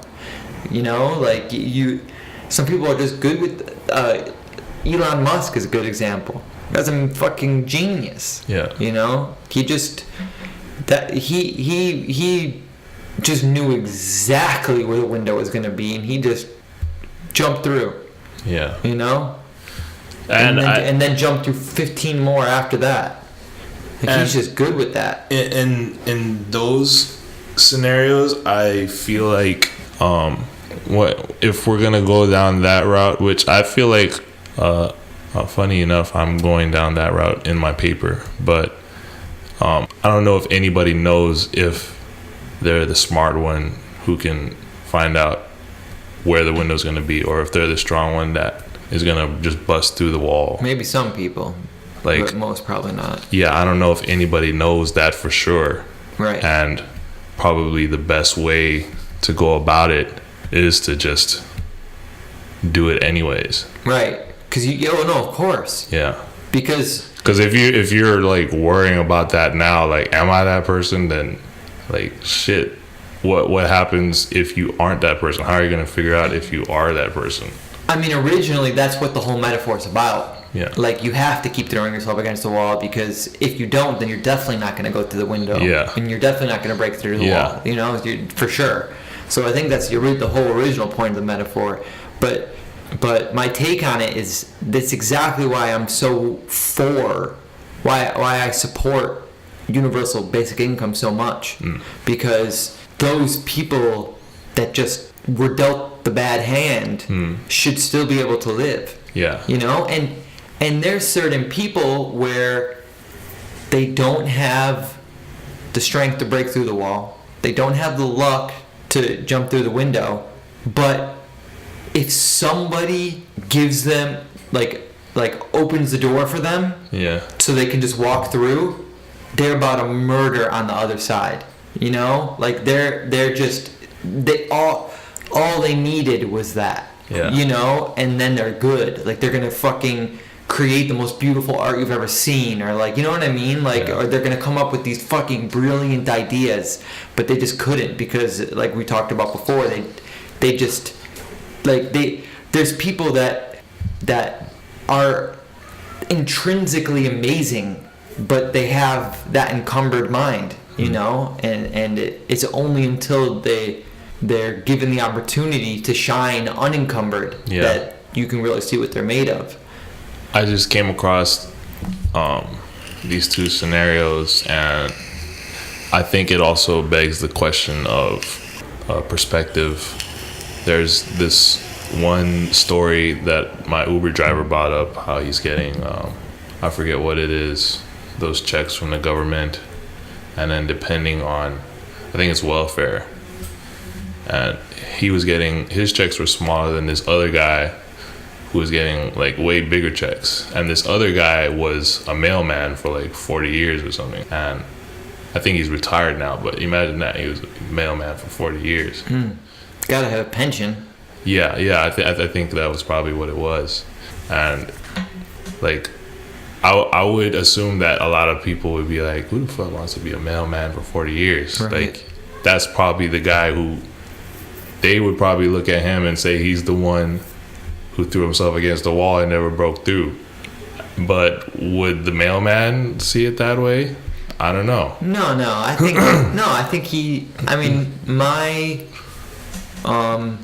my best friend back in New York, his father was a UPS driver, and did exactly that. That exact story. But he's fine. I mean, he has his pension. He pays his bills. He's, you know what I mean? Like, I want to dig into the brain of that person. He did go through the window. Yeah. You know, because he got a good job. He has a family and whatever. You know what I mean? Yeah. Like, I consider that making it through the window. Like, some people make it through the window and like I said about Elon Musk, they're like the window just leads to a better room. But there's even better rooms through another window in that room. And Elon Musk, he found every window there is. You know, he just kept jumping through windows. But even making it through the first one, like my friend's dad, that's so much better than staying in the first room. You know, like he's financially stable, he has a family that he loves, you know, so it's like he's doing all right, he's retired. I mean, there's way worse situations, you know, like that. Even that is, I think, is lucky, you know. And then, because here's two things. First, I'm gonna say that the rooms are relative, where maybe Elon Musk isn't breaking through the 15 fucking rooms. Maybe his room is just as equal to the retired UPS driver. Right. Like, True. He probably isn't more happy. They're probably just equally as happy. Yeah. And that's also the second thing is, I'm gonna go back to perspective with this other guy I seen. I was walking down the street and he was at this gas station. It was kind of an old man. I assumed he was a veteran because his camper van had a veteran sticker on it, a U.S. veteran, a few stickers of those. But also, along with those stickers, were stickers of fuck life and middle finger pictures with the words on just as much area as there were stickers of the veteran sticker. And this guy looked kind of old, and I was just walking past. I was like, this guy probably hates life. Yeah. But that also got me thinking about its relation to this matter, where his perspective is he probably didn't break through. Right, for sure. Yeah, he's the one saying, fuck life, this shit is bullshit. He's living out of a fucking camper van. Yeah. And in his mind, he didn't break through at all. No, he's not where he wants to be at all. All punched back. Yeah. Fucking knocked his ass out. Back into a fucking camper van. Yeah. Fuck life. Yeah, he couldn't even make it out of the camper van. That's rough. Yeah, but think about that. Like, you would imagine. But I mean, I guess that's how that's the story of a lot of veterans, right? Yeah. No, but you're right. It's relative. Definitely relative. I mean, there's people in Africa that if they made it to the camper van, they'd be fucking pumped. Dude. They made it straight in to the America. window. The camper van in America, they'd be like, "Oh fuck!" Yeah, they made it. Trying right to do my the best window. African accent. That was good. Oh fuck! I'm in a camper van. Oh, that's kind of what is that? An Irish accent now? That's not an African accent. Maybe South African. Yeah, no. So that guy would think he did make it to the window, but so definitely it's relative. But even so, people still don't make it through. You know what I mean? Like you still want to make it through. I mean, maybe there are people that are like, I think with the whole making it through thing, it's what I'm trying to argue is that making it through is relative. Because maybe you have made it through to somebody else. To somebody else, but what does that do for for the yourself? person? Yeah. You know? So that's what I think I'm trying to argue is like. No, I agree. You could, but okay. So maybe all you need is a change of perception. To realize that you didn't make it through at all. Or that you already did. Yeah. So, but even so, that change of perception is making it through. Do you know what I mean? Yeah. That change of perception is what you needed. That's what making it through was. Like all these years of throwing yourself against the wall, and that window of luck was that moment where you're like, oh my God, I'm fine. I like my life, like the blah blah blah. Like. That is making it through for those people. Yeah. It's about, happiness but there are people that just struggle their whole life trying, like putting in the effort, and they're just not set up for success, for happiness. And they are miserable in the beginning, they are miserable in the middle, and they're miserable in the end. That perception thing is super real. Because imagine if you could change the perception of somebody who thinks they didn't make it, like the dude with the fuck life stickers all over his van. And then maybe his life is kind of shitty, but imagine, somebody who can see the victories in his life and point him out to those victories. We'll use a straight up example. A rich person who hates their life. Yeah. Plenty of them. Yeah. Plenty of them. Miserable rich person. Yeah. And with that, you'd have to attack it from, if you're trying to show him a perspective of him having made it through the other side, you'd have to attack it from the least obvious way, which is that, you're fucking rich. No, fool. There's obviously something wrong. He probably well aware that he's fucking rich. That's not the problem at all. You'd have to really get down to the problem with that. That's where I think like mindfulness meditation comes in.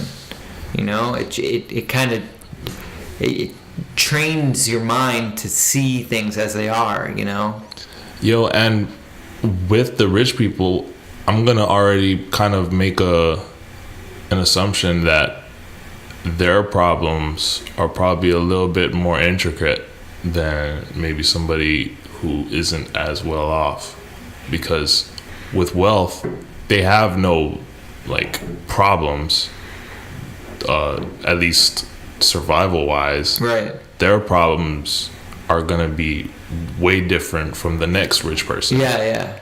There's something. No, definitely. Yeah. Whereas for somebody who didn't make it from their perspective and is not that rich, like, sure, they probably have their own, but the big one is probably just that. Yeah. They're not that rich. So, problem solved. Here's some fucking money. Now you can go figure out what your bigger problem is. Yeah, that's what I was saying. Like the about the unencumbered mind. It opens up a whole new layer of depth to everything. So you can experience more happiness, but you can also experience more misery, more suffering. Because you have the time to really see it and experience it and think about it. So I'm sure that there are some rich people that experience a like form of depression far deeper than most people. You know what I mean? Because like they have the bandwidth to focus on it like that. It's not being taken up by trying to survive. Mm-hmm. They can really focus their whole mind on like, fuck, I feel like shit. I hate my life, whatever. So that it was relating to the whole. I'm gonna give up at this point and just count that as a loss. I fucking forgot what I was gonna say right there. I was thinking about. It's because you have an encumbered mind. Yeah, there's two things here. I was going towards it, but I also had the recurring thought of, did we want to bring up any news stories? And that was the thing that was like kind of badgering at my head. I'm like, get the fuck out of here. I'm getting to this thought right now. But I'm going to go ahead and go with this other one. Do we have any news stories we want to bring up on this? Because we could really just cut this part out and like look up something real quick. Yeah, no, I mean, we talk about anything. There's a lot going on. Most of it's about. Most of the news these days is all about Trump. It's all about the stupid shit he's doing. There is the one about. Well, CRISPR just got bought up again. I like reading the headlines of Reddit. You know Reddit? Yeah, of course.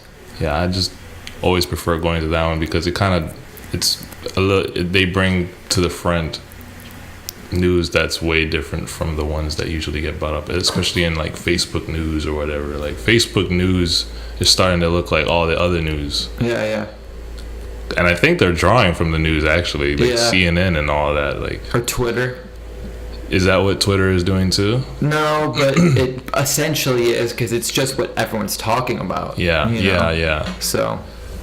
Yeah, and then whereas Reddit, their front page is just like, depending on what subreddit you're subscribed to, and I think I'm subscribed to some pretty good ones. Like their front page is like fucking dope.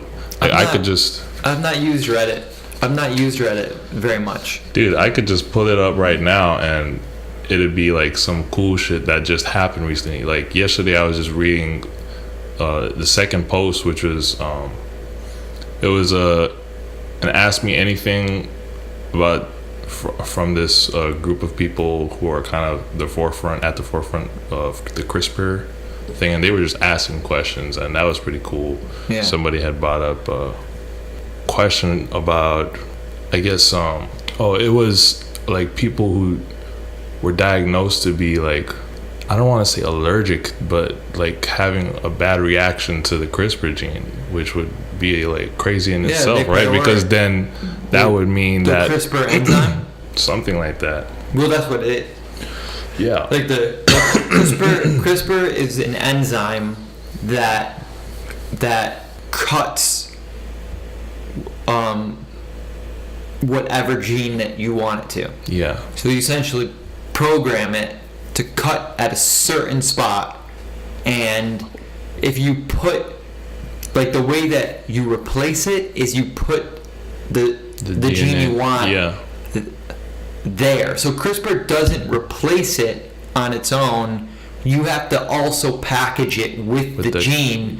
So is that it the Cas9 gene or no CRISPR it's called CRISPR Cas9. Oh, okay. Okay, there's no gene, like the CRISPR itself. There's no DNA involved. Oh, okay. So it's just an enzyme. You just put in the gene that the CRISPR will use to put into the. No, that's the thing. You don't CRISPR. You only package it with the gene. All CRISPR does is cut it out. But once the piece that you want to change is cut out, that strand of DNA will take whatever is there to replace it.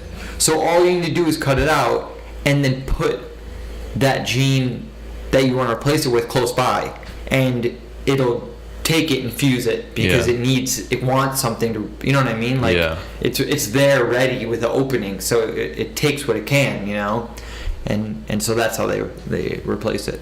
Yeah, and then they were saying somebody had brought up that there were studies that found that some people's bodies were reacting to the CRISPR enzyme? Yeah, that's crazy. But one of the people that was answering the whole AMA were they had brought up the fact that I wish I could bring it up, but that was yesterday, and these front page things tend to change out real quick. I wonder if they could use CRISPR to switch out the gene that causes them to be allergic to CRISPR. So they only need to have that initial bad reaction, but the bad reaction will be them switching out the gene that causes it. So what's happening here is I just don't know the name of it, but stick with me. It's the answer is that CRISPR just needs to be attached to whatever antibody or whatever it is that the body is already used to, so that it won't fight back. So they mask it. Yeah, so it's really because that's like CRISPR's whole thing was already like that from the beginning. Like there was never any time that somebody couldn't use CRISPR or couldn't be a candidate for CRISPR. Or was allergic to it. Yeah. It like CRISPR could just, if there's a gene that your body would react badly to, you just put the CRISPR on a different one and then. Right. Yeah, like they just adjust it accordingly. And now they're doing they're looking into gene drives, which is a gene that they put in using CRISPR that, and I may be getting the science a bit wrong. I'm definitely simplifying it, but they use CRISPR to put in a gene that makes you that has your body create CRISPR itself, and so you can have kids and you pass on CRISPR itself. So say you switch a gene in your body that causes cancer, so now you can't get cancer. When you have kids, if you give them the cancer gene that you had, because it's like still in your, you know what I mean? Yeah. So if you pass on, or this is a better example. Say there's a gene that you want to have because it makes it so you don't get cancer. If you have kids and you don't pass on that gene because it's not guaranteed, you know, you'll pass CRISPR on. So say your kids are born without that gene that they want, the CRISPR that you passed on will automatically, like from the very beginning, cut out what it needs and put in the gene you want. Yeah. So you're guaranteed to pass on what you want to pass on. And so if you think about this on a broader scale, we can literally direct our evolution now. So it's not through quote unquote natural selection. I mean, technically everything's natural selection because the intelligence that we have that causes us to do this type of thing, it's all that, you know, it's deterministic. Yeah. It's all natural selection. But like, you know, the more romantic form of natural selection that we think about, we can literally, instead of doing that, we can literally choose which way we want to go.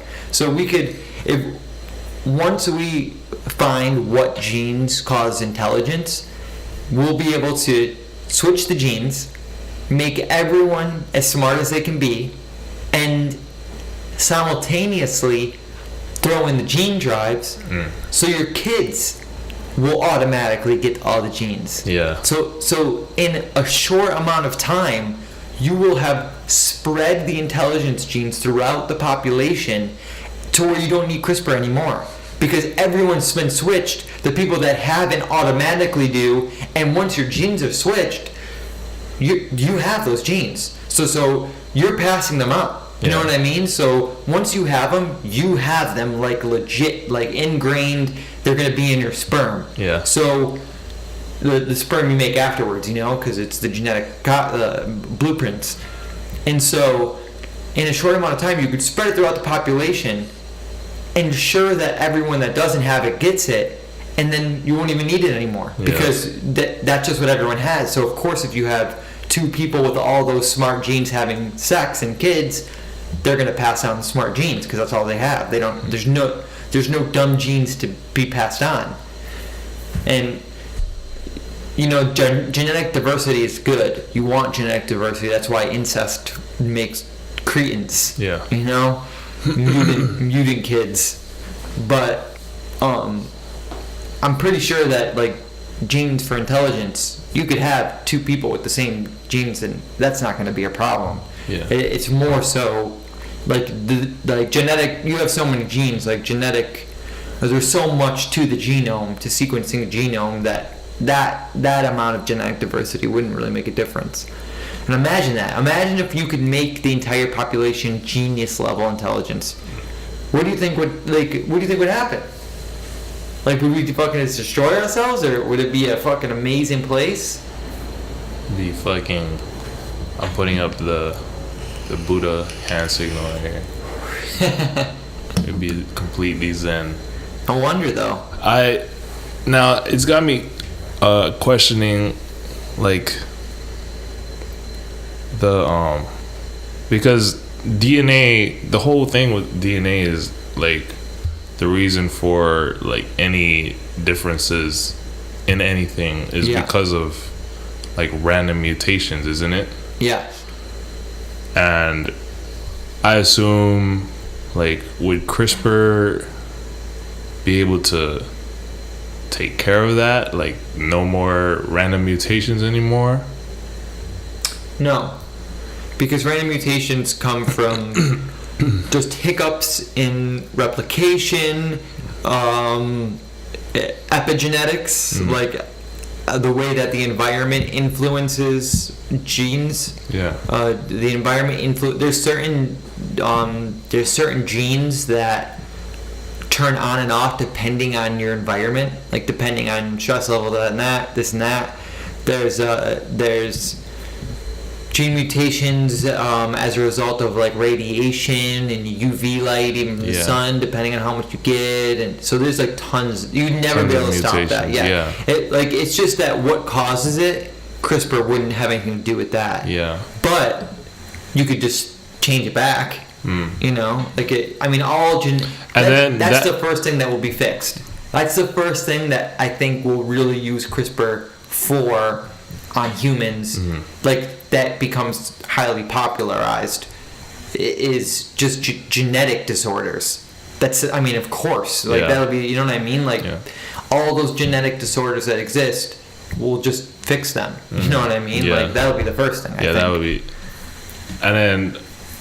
Just getting, because I like the thought of the genius level thing, because imagine everybody is genius level, but then we're also taking into account the whole mutation thing. Yeah. Well, because well, first of all, the whole Zen idea, that was sarcasm. Yeah. Like that, it would probably be a mess. Yeah. Like, because I always thought, like, because, you know, on average, intelligent people are more liberal than conservative. Yeah. That's not to say that the more liberal you are, the more intelligent you are. Yeah. It's just to say that intelligent people tend to be more liberal than conservative. Yeah. So, I always wondered if you had a bunch of geniuses, would we go way liberal? Like, I wonder. But there's also conservative smart people. There's conservative intellectuals that certainly exists, but imagine what we could get done at least scientifically and technologically. You know, like even if there was some type of issue, we could fix it. So like even if the genetic diversity was a problem, like any time that there was any hiccup, we would just fix it. Like maybe we would just keep CRISPR in us always. Like almost like an auto CRISPR. So any issue that arises, CRISPR automatically fixes it, no matter what it is. You know? So there's no, like, it almost like a nanobot CRISPR or something, you know? Interesting. So, because right now it's very, like, people, like, genetic editing tools in the future, like way future, people will be looking at CRISPR and be like, that's fucking savage. Like, you're using a little enzyme to do this? Like, we're using tiny robots that are so precise and perfect and intelligent, you know, that, like, know exactly what to do and when to do it. And, like, so they'll probably be like, man, these fucking primitive fucks with their little enzymes. Yeah. So, I don't know. But a genius level world, like, that's pretty crazy. Because the scenario I wanted to bring up, which I thought would be pretty funny, was imagine that they didn't take into account the whole mutation thing, and then they get to the whole genius level planet, and the mutation is happening here or there, not enough to really make any significant observations, but like people are aware that the mutation is happening, and then any disagreement on their logic would be just like the argument would come up, you just have the mutation in your DNA. And fuck you can't prove that. Well, at that point, if you're gonna have everyone with genius level intellect, soon we'll probably be switching out our mushy hardware for silicon, you know, like neural enhancements and that type of thing. Yeah. And then genes wouldn't even be a thing anymore. Like it would be about like you just have a virus. Your code's fucked up. You know. Is that where it's heading to? Your software is fucked up. Yeah, you still have a little bit of you got a bug, pink brain in yourself. Yeah. You got a bug. Is that where it's heading? Silicone is actually would be way more preferable or whatever, or that was just something you just do. Well, silicon is like what we make computer chips out of and stuff. But we already know that information processing is inhibited by biology. There's only you can only transfer electrochemical impulses so fast on an organic substrate. Yeah. You can. The limitations of metal is the stop limit is far higher. Yeah. So you can go way faster. That's why they say a real super intelligent AI, say it was just human level, like literally, 1 week or 2 weeks would be something to the equivalent of 10,000 years of human thought because of how fast it could think. Yeah. So that's why when people talk about super intelligent AI, they really have to be specific, because the first general intelligent AI, like really intelligent, like actually thinking and like a human does, would intrinsically be super intelligent because it can think faster. Yeah. So automatically you're going to have no matter what, the moment you get general AI, you get super intelligent AI. So when we talk about singularity. When we talk about super intelligence, then you're really talking about the singularity. Any general AI is going to be quote unquote super intelligent. It's just you can take that even further to the singularity, and that's what they're calling super intelligence. But any general AI is super intelligent. I wonder if somebody had brought this up, and I don't know if it's on the same podcast that you listen to, but somebody had brought up the scenario of having a super intelligent AI that was. This probably isn't the same thing, actually. Let me see. They brought up the scenario of a super intelligent AI that was originally programmed to like make paper clips. Yeah, that was Nick Bostrom. Oh, was that it? Yeah, it was his original paper on. He's the one who came up with the simulation argument. It was his paper that kind of sparked the discussion about starting to worry about how we go about this general AI thing, because once you set it on this path, we'll have to program it perfectly. Yeah. Because you could say get rid of cancer, and it says, oh, okay, and blows the world up. Yeah. So you have to be really careful. But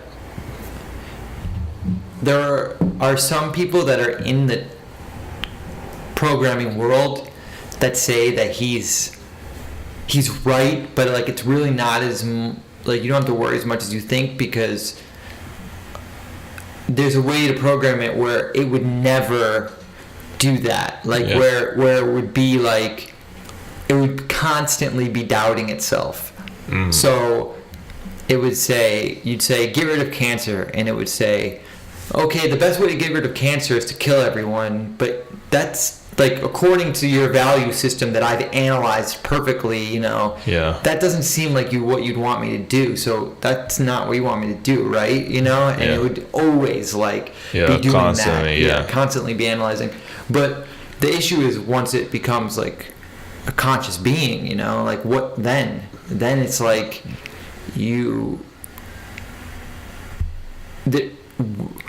it's gonna become this mind that there's no argument against. So like it could say, all right, this is the best thing for humanity, and no matter what you say, people are gonna be like, it's 10,000 times smarter than Einstein. What do you like? He knows what he's saying. He knows what he's doing. I don't know why I made him a guy. Is that sexist? What would you call it otherwise? Oh, it. It, yeah. I hope the first computer's a girl. The first general AI, like sexy voice. That would be hilarious. It'd be cliche. Don't they do that with all AI right now? Yeah, they do. Or it could have like a funny accent. Like yeah, I want the funny accent. Like, I want fucking like one of those Muppet voices. Talking to us and talking down to us and explaining shit. quantum physics. Fucking, who do I want talking to me? Elmo, maybe. Elmo, explaining quantum physics.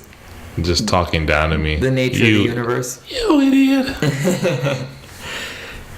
Well, you know, I always think about that. Like, the knowledge that this thing will possess is just so unreal. Like, it really will be, like, and it will only have what we have at first. So it'll have to devise its own experiments to, like, figure out, like, first of all, it'll take the knowledge we have and it'll infer from that knowledge so much more than we know. Like, just from the experiments we've already ran, like, the knowledge that we have, even from that, it'll take us probably double of what we are at. And that's the knowledge we have. It's in front of us right now, and we just can't see it. Yeah. You know? And it will be able to. And then after that, it'll be like, okay, I need a little more information. You're gonna have to run this experiment for me, and it'll be an experiment that we've never thought of, or like whatever, like some bit of data that we just didn't think to get, or like didn't know how to get, and I think right now it's happening. There's a video by CGP Grey explaining how at least the basic function of what is that? Formulas? No.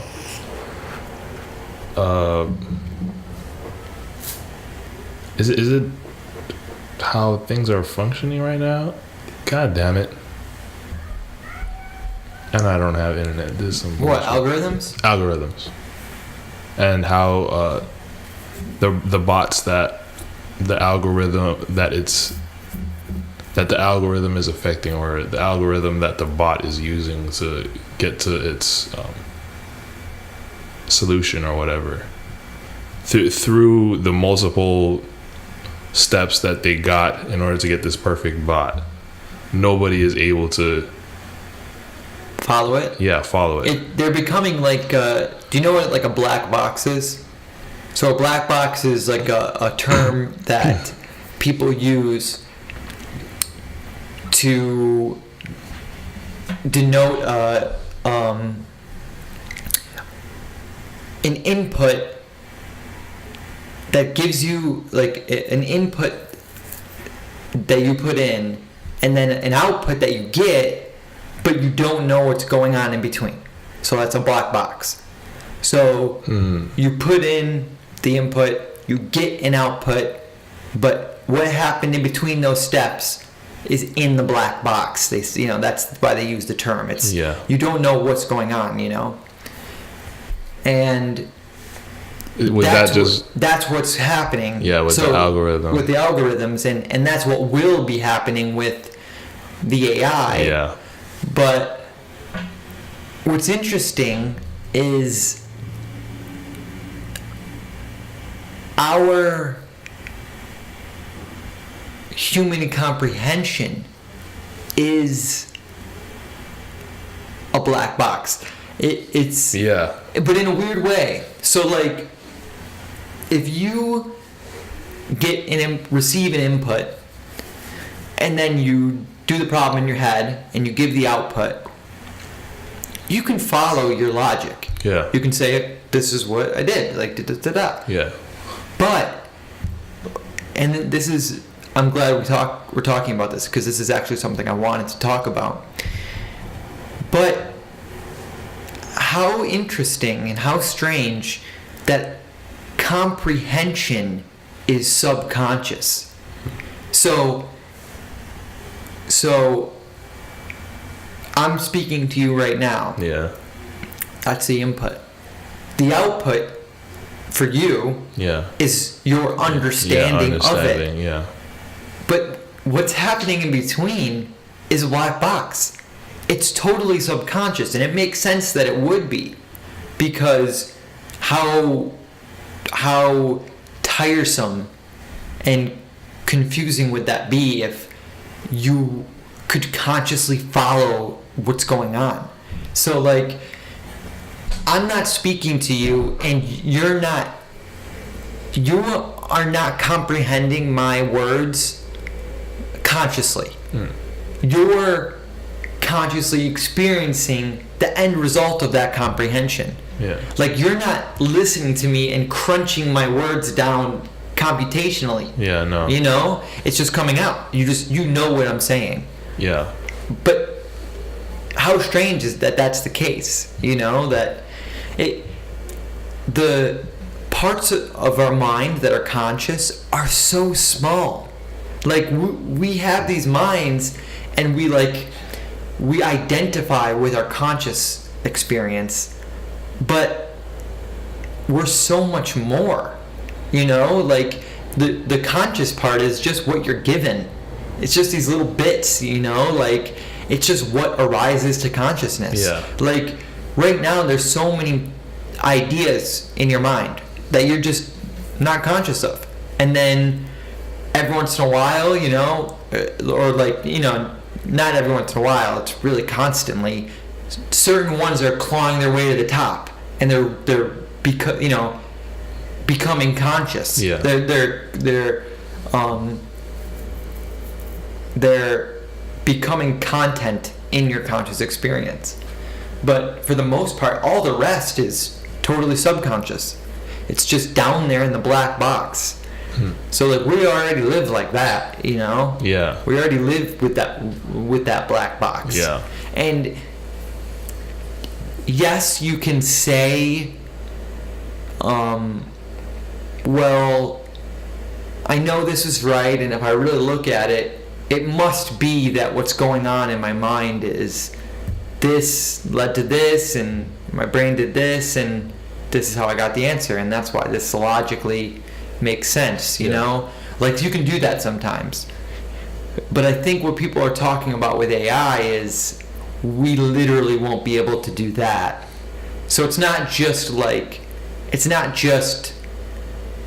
oh, like, I can't really see how it comprehended this. Like, Yeah.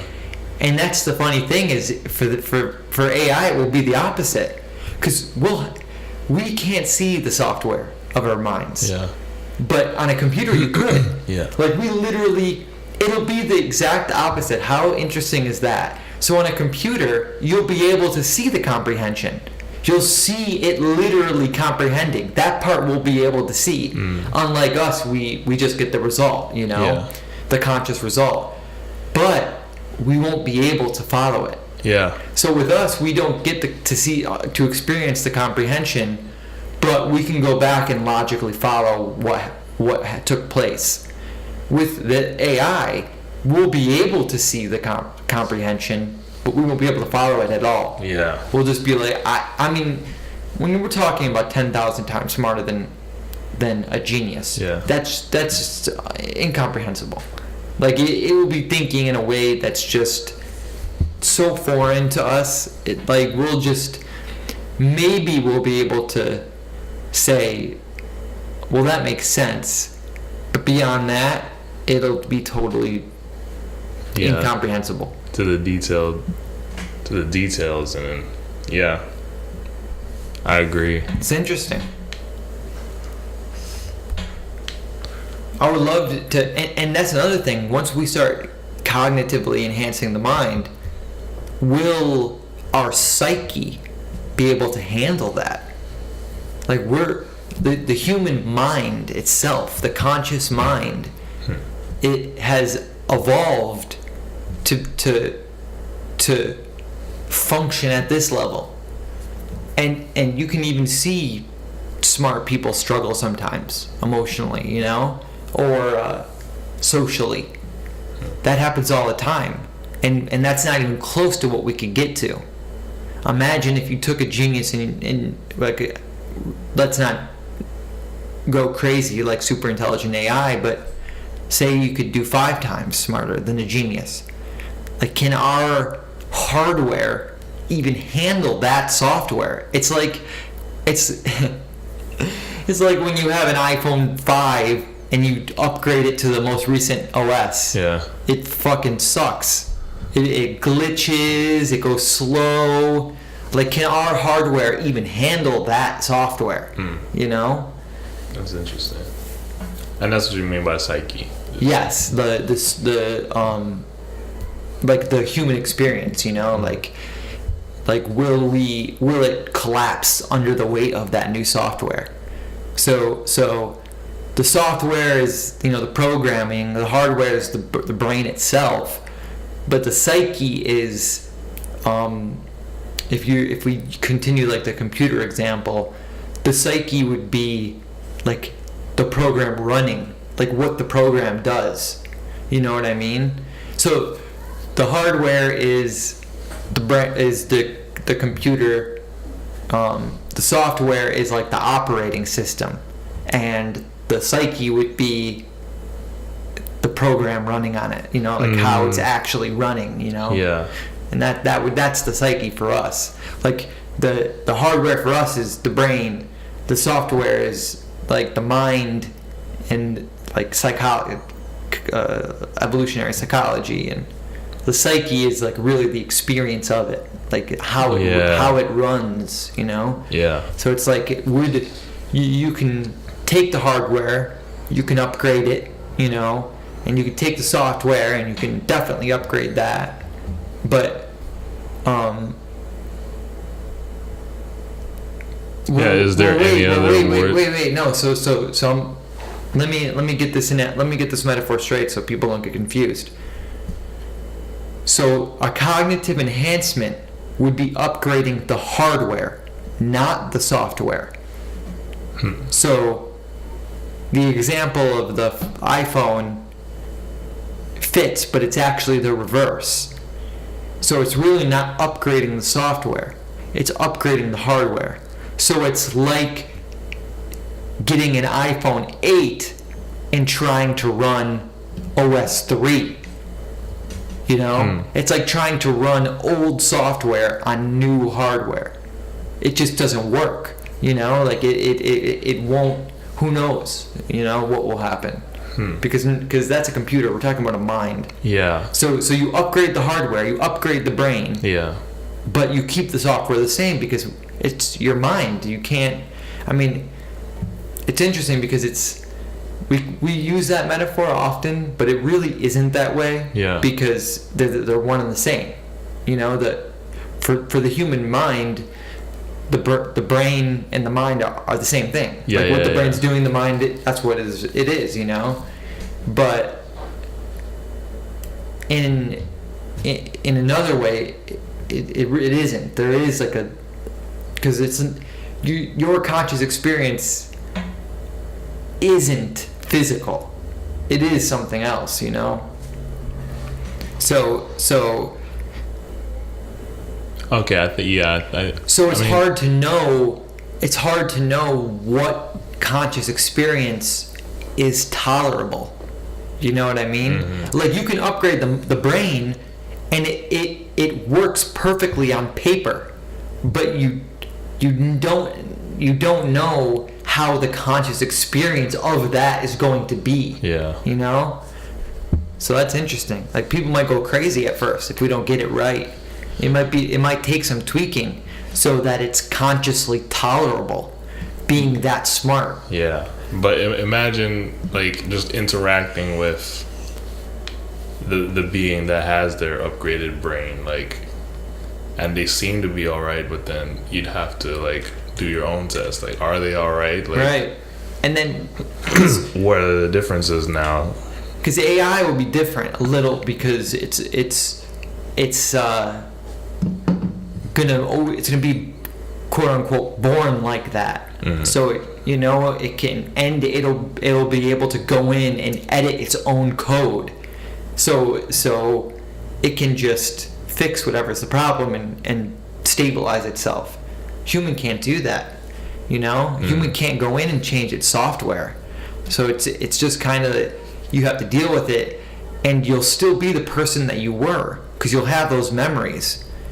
So and especially since it's not like you'll be upgrading everything, only be upgrading your intelligence, your intellect, or whatever. You know what I mean? Mm-hmm. So you still keep the emotions, and like, how do you upgrade emotions? Like, we'll be able to upgrade intelligence before we upgrade emotions, you know, because we won't understand it at first how to do that, you know. Yeah. How to make you like more emotion, like the emotional parts of your brain more stable, so that you can handle being like that acutely smart and acutely intelligent.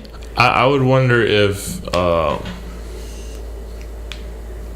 the intelligence would effectively just alter the emotions too. I'm sure it would. Yeah, because the emotions, even now, are just like reactions to what's happening intelligently, right? Like, definitely, and that's the thing. Like, we'll be able to feel more deeply, experience emotions more deeply because of that increased intelligence. Mm-hmm. And that experience is just unlike anything we can imagine, being 5 times smarter than the smartest genius. Like, it's just like we can't even imagine what those thoughts will be like, being that smart, you know. Mm-hmm. Just instantly just knowing everything that's going on, and like, it's so much data that you can take in and crunch, you know. Yeah. I'm not sure that I'd volunteer to be the first. As much as I would love to be that smart, like, as much as I would love to be a genius, if I had 3 wishes, one of them would definitely be to be genius level. But only with the caveat that I would stay sane, you know what I mean? And I would only want genius level. I wouldn't ask for anything more than that, because who knows? But those first volunteers, what a wild ride that's going to be. All right, sir, so we're just going to put you down, and when you wake up, you're going to be 5 times smarter than the smartest genius. You're going to have a 1,000 IQ. Like, unimaginable. Your thing with the IQ thing is it's unchangeable, right? The potential is. Yeah, the potential. So you may increase your IQ by unlocking the potential, but once you unlocked it fully, you can't go above. Was that proven? That was a proven one already? That was in the study? I wouldn't say proven, but it's genetic. The genetic component is very high. So most people, like twins, like twin studies, like twins would, if they took twins and raised them apart, and then fraternal twins that aren't genetically identical and raise them together, the twins raised apart have far closer IQ scores than the fraternal twins that were born at the same time, raised together, but has different DNA. Oh. Wow, that was studied? Yeah, absolutely. Holy shit. That's how they do genetic studies. They do the twins apart, fraternal twins together. Because it's so perfect, crazy. You know? Like, the twins have identical DNA, but they put them up, they do them, the ones raised apart because the environment gets scratched. And then to test the environment, they do the twins that were fraternal, so they don't have identical DNA, but they were born at the same time, so they got the same, like, relatively the same treatment from parents, and like same environment, all that. So wait, so what was the results? So the twins got the same. The identical twins had very similar IQ scores. The far closer than the fraternal twins that were raised together and learned everything together. Their scores were different. Or way different. Yeah. Interesting. Okay, I'm processing this now. So, like that sounds like going back to the whole watching the same movie and then getting different ideas of it, right? The fraternal twins are going through the same thing and just coming out with right. And that's the interesting thing is twins, identical twins are watching the same movie. Like, of course you're going to get identical twins that don't fit that mold. But for the most part, even your perspective is genetic.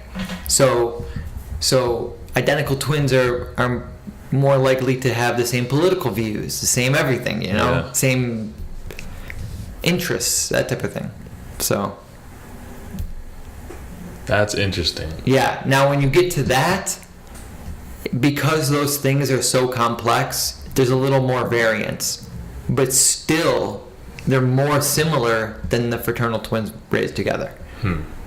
That's interesting. Are the identical twins ever? This is just getting into the details of the whole thing too. And I actually want to go ahead and look up the experiment, but it's got me questioning if like they are ever in contact at all. No, they're not. And the reason that I say that there's more variance is because we're looking at personality traits. So you can get identical twins, and one is liberal and one is conservative. So that throws the variance. Yeah. How does that work, though? But they're the same. They're the same, but political ideology is weird. So they did a study and they found that liberals are conservative. Well, I'll start with conservatives. Conservatives are more resistant to change. Liberals are more adaptive to change. Conservatives are more. I forget what the conservative one was. Maybe more like consistent or something like that. I forget exactly what it is, but they're personality traits, right? But that's just in general. So you can get identical twins, one liberal, one conservative, but they're both the same. Yeah, they just took a different way. They were influenced by somebody else, and so you can have identical twins that are both extremely adaptive to change, and they're both compassionate, and they're both this and that, but for whatever reason, the way that's where environment comes in. Yeah. Whatever way they learned it, they took those identical traits and directed it a different way. But the traits themselves are genetic. So that's why there's variance in political ideology, like where you can have identical twins that one's liberal and one's conservative. But for the most part, that's not the case. I'm just explaining the reasoning behind the cases that are that way. But for the most part, it's not that way. They are the same. I wish I had a twin. That'd be awesome. You wish you had a twin? Yeah, because you kind of get to be able to see like what you're like, Yeah, I guess so. What do you feel like with your sisters? Do you see any similarities between you and your sisters? Definitely, but yeah, definitely. But in different ways. Like there's certain things that me, like my middle sister Gina, like me and her have like these certain sides of ourselves, like similar, like exactly the same. And then there's my youngest sister, and we have totally different sides of ourselves that are exactly the same. You know what I mean? So like there really isn't like one of them that I'm more like than the other. It's just like different parts of our personality are like each other. But in general, like we're pretty different people, you know what I mean? We just like work well together. Like rather than being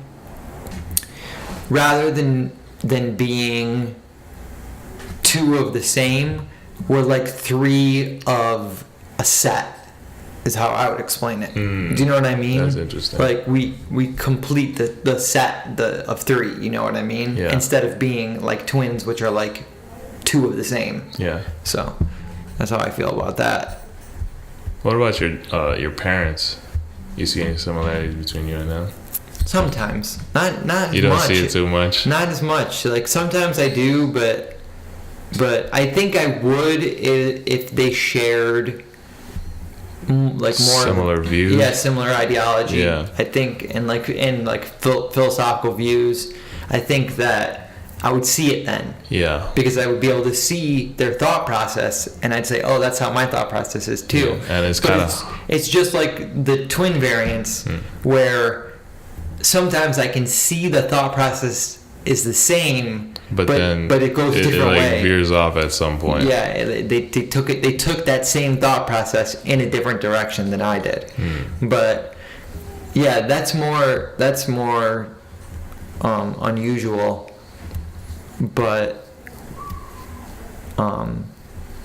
Yeah, that is unusual. But yeah, it is.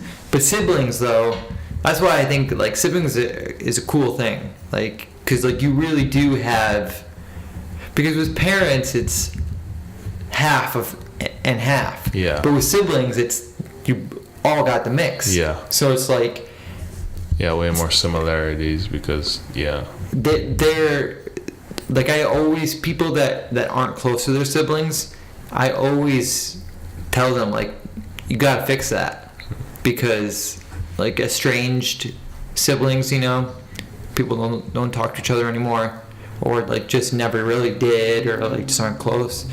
I always tell them like you have to fix that, because those people are gonna understand you better than anybody. You know, like they are gonna understand you, and maybe not agree with you because of the variance, but they'll understand how you think better than anyone. You know, like just like the way that you kind of see things, the way that you experience things, what it is like to be you. You know, Yeah. No one's gonna understand that better. You would probably be telling me that then too, because like I don't know if I would consider the relationship between me and my brother that close. Yeah. Let alone me and my sister, because it's been a while since I've seen her. She's like 10 years younger, and we haven't really had like any like real discourse. But neither have me or my brother, and he's just like a year younger than me. You just gotta think about it like it's like you're playing this game called life, and those are your teammates that you've got from the beginning. So it's not any perceived identity that you've presented or like who you've become. They know you from the beginning. So they're going to be able to help you out more than anyone else, because they know the story. They know the whole story better than anybody, because they were there. Like who you become is like your first 13 years of life, you know? And then like we tell these stories about like, well, no, I didn't really become who, but really like who you were that reacted to those situations later in life that made you who you are now, that's all from those early years, you know? And like your siblings are like your best teammates, like the ones that you could trust for everything, you know, like through it all. Like anyone else, you never know, you know. But it's not that way for some people. Yeah. But my point is, if you fix the relationship, they, at their best, they are the best. Do you know what I mean? So like, with the best sibling relationship will destroy the best any other relationship. Do you know what I mean? Like at their best versions, the best sibling relationship's always going to win. So that's why I like the benefits I can see from it are just like, at least when I'm thinking about me and my brother, because there are a lot of gaps where that I can think of that would lead to logical differences. Like when we go to school, we're not in the same class, and for a big period of time we weren't even in the same school, because by the time I get to the next grade I'm already in a different school. How big's the different age difference? Just one year. Oh, I mean, my sisters are younger. My Jean is 3 years younger than me, and Sean is 5. Yeah. So, And well, that's got me wondering, just like where you guys are like spending time in those earlier years. well, we weren't. I treated them like shit. Growing up, I was a horrible brother, and then like later in life, all of this of what I'm talking about hit me. You know, like what am like these are people that I can depend on and should be able to depend on me. You know, like these are the best teammates that anyone can ever get.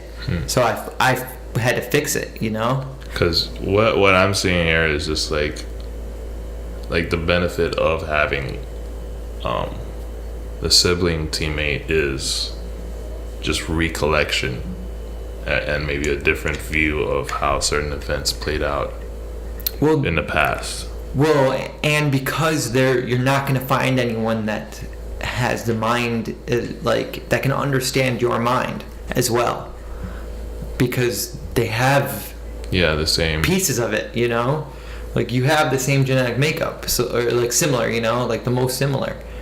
So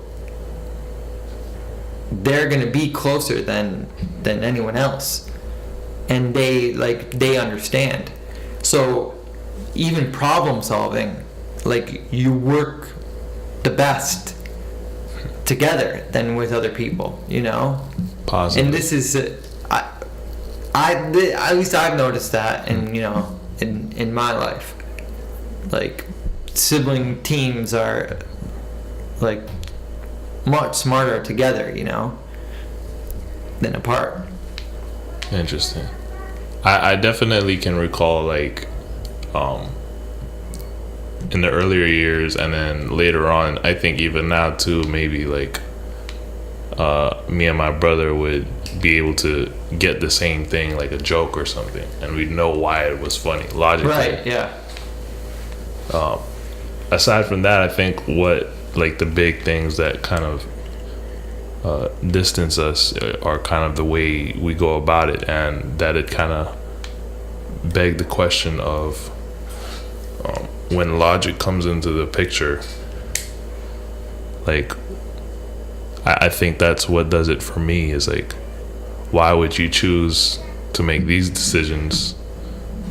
And then that kind of like stumps me. Right. It's also because you went through the same experiences, you know, growing up with your parents. Yeah. So, like, that's another part of it. Like, they're the only people that are going to... Because, like, you can explain something to somebody and they can logically understand it. But, like, as far as how it was to grow up, like... your siblings were there with you. You know what I mean? Like, that's a battle. It's like the brotherhood of military members, like of war veterans. Yeah, like they all went through the same They thing. could explain that story to a million people, but they're never going to feel the type of brotherhood they felt from the people that actually went through the battle with them, side by side. Like, you went through the battle of childhood, you know, of like becoming a human adult together, you know what I mean? So that's like a bond that I don't think anyone can... Like, the genetic component, I think is big, but the bond is just as important. Yeah, the experience, the external influence of that experience on the two parties, I think. Yeah, Even that's if a they big were thing. adopted. You know what I mean? Yeah, like, that would be a big thing. The bond of that war that you fought through. Because growing up's not easy. Yeah, it's not. I think there is a big disconnect though, because like as I'm recollecting or recalling these thoughts of the earlier years, a lot of the times I don't see my brother, and this is probably why we do have the relationship that we do. Like, I can definitely say that I have love for my brother. Of course. Yeah. But it's just in that terms you're of both not. You're just not taking the most out of it, like taking it to the level it could be. Like it could be more advantageous for both of you. it definitely could be. Because there's only child. There's people that are only children. Yeah. And that's just never an option. That's like never been an option for them. Mm. But like you have this advantage. Yeah. Like both of you, you know. We have this. I would say it's an option. Well, yeah. But Yeah. well, I mean, an like an option optional- in terms of like, it sounds like dependency for a lot of situations. Which for myself, I've always. I think my thing is I've always been, like independent. no, definitely. But there's two independent people can depend on each other. On each other, yeah. You know, there's no reason for there's no reason that shouldn't be the case. You know, like that's life is just way better that way. Very possible. Like no one gets anything out of getting to the end of their life and saying, "Oh, I did it by myself." Yeah, You know, no, that's true. That doesn't get you shit. Yeah, it doesn't. So, but do you think we should wrap it up? Yeah, sure. I mean, How long have we been talking? it says here 2 hours and 45 minutes. Oh, damn. 3:30 right now. What time did you say you had to work? I have to leave in an hour, In an hour. Okay. but I'd rather chill for a little bit Yeah, that's before cool. then. All right, This is good. the end of the podcast then. Yeah, We'll go ahead and good combo. put in some shit.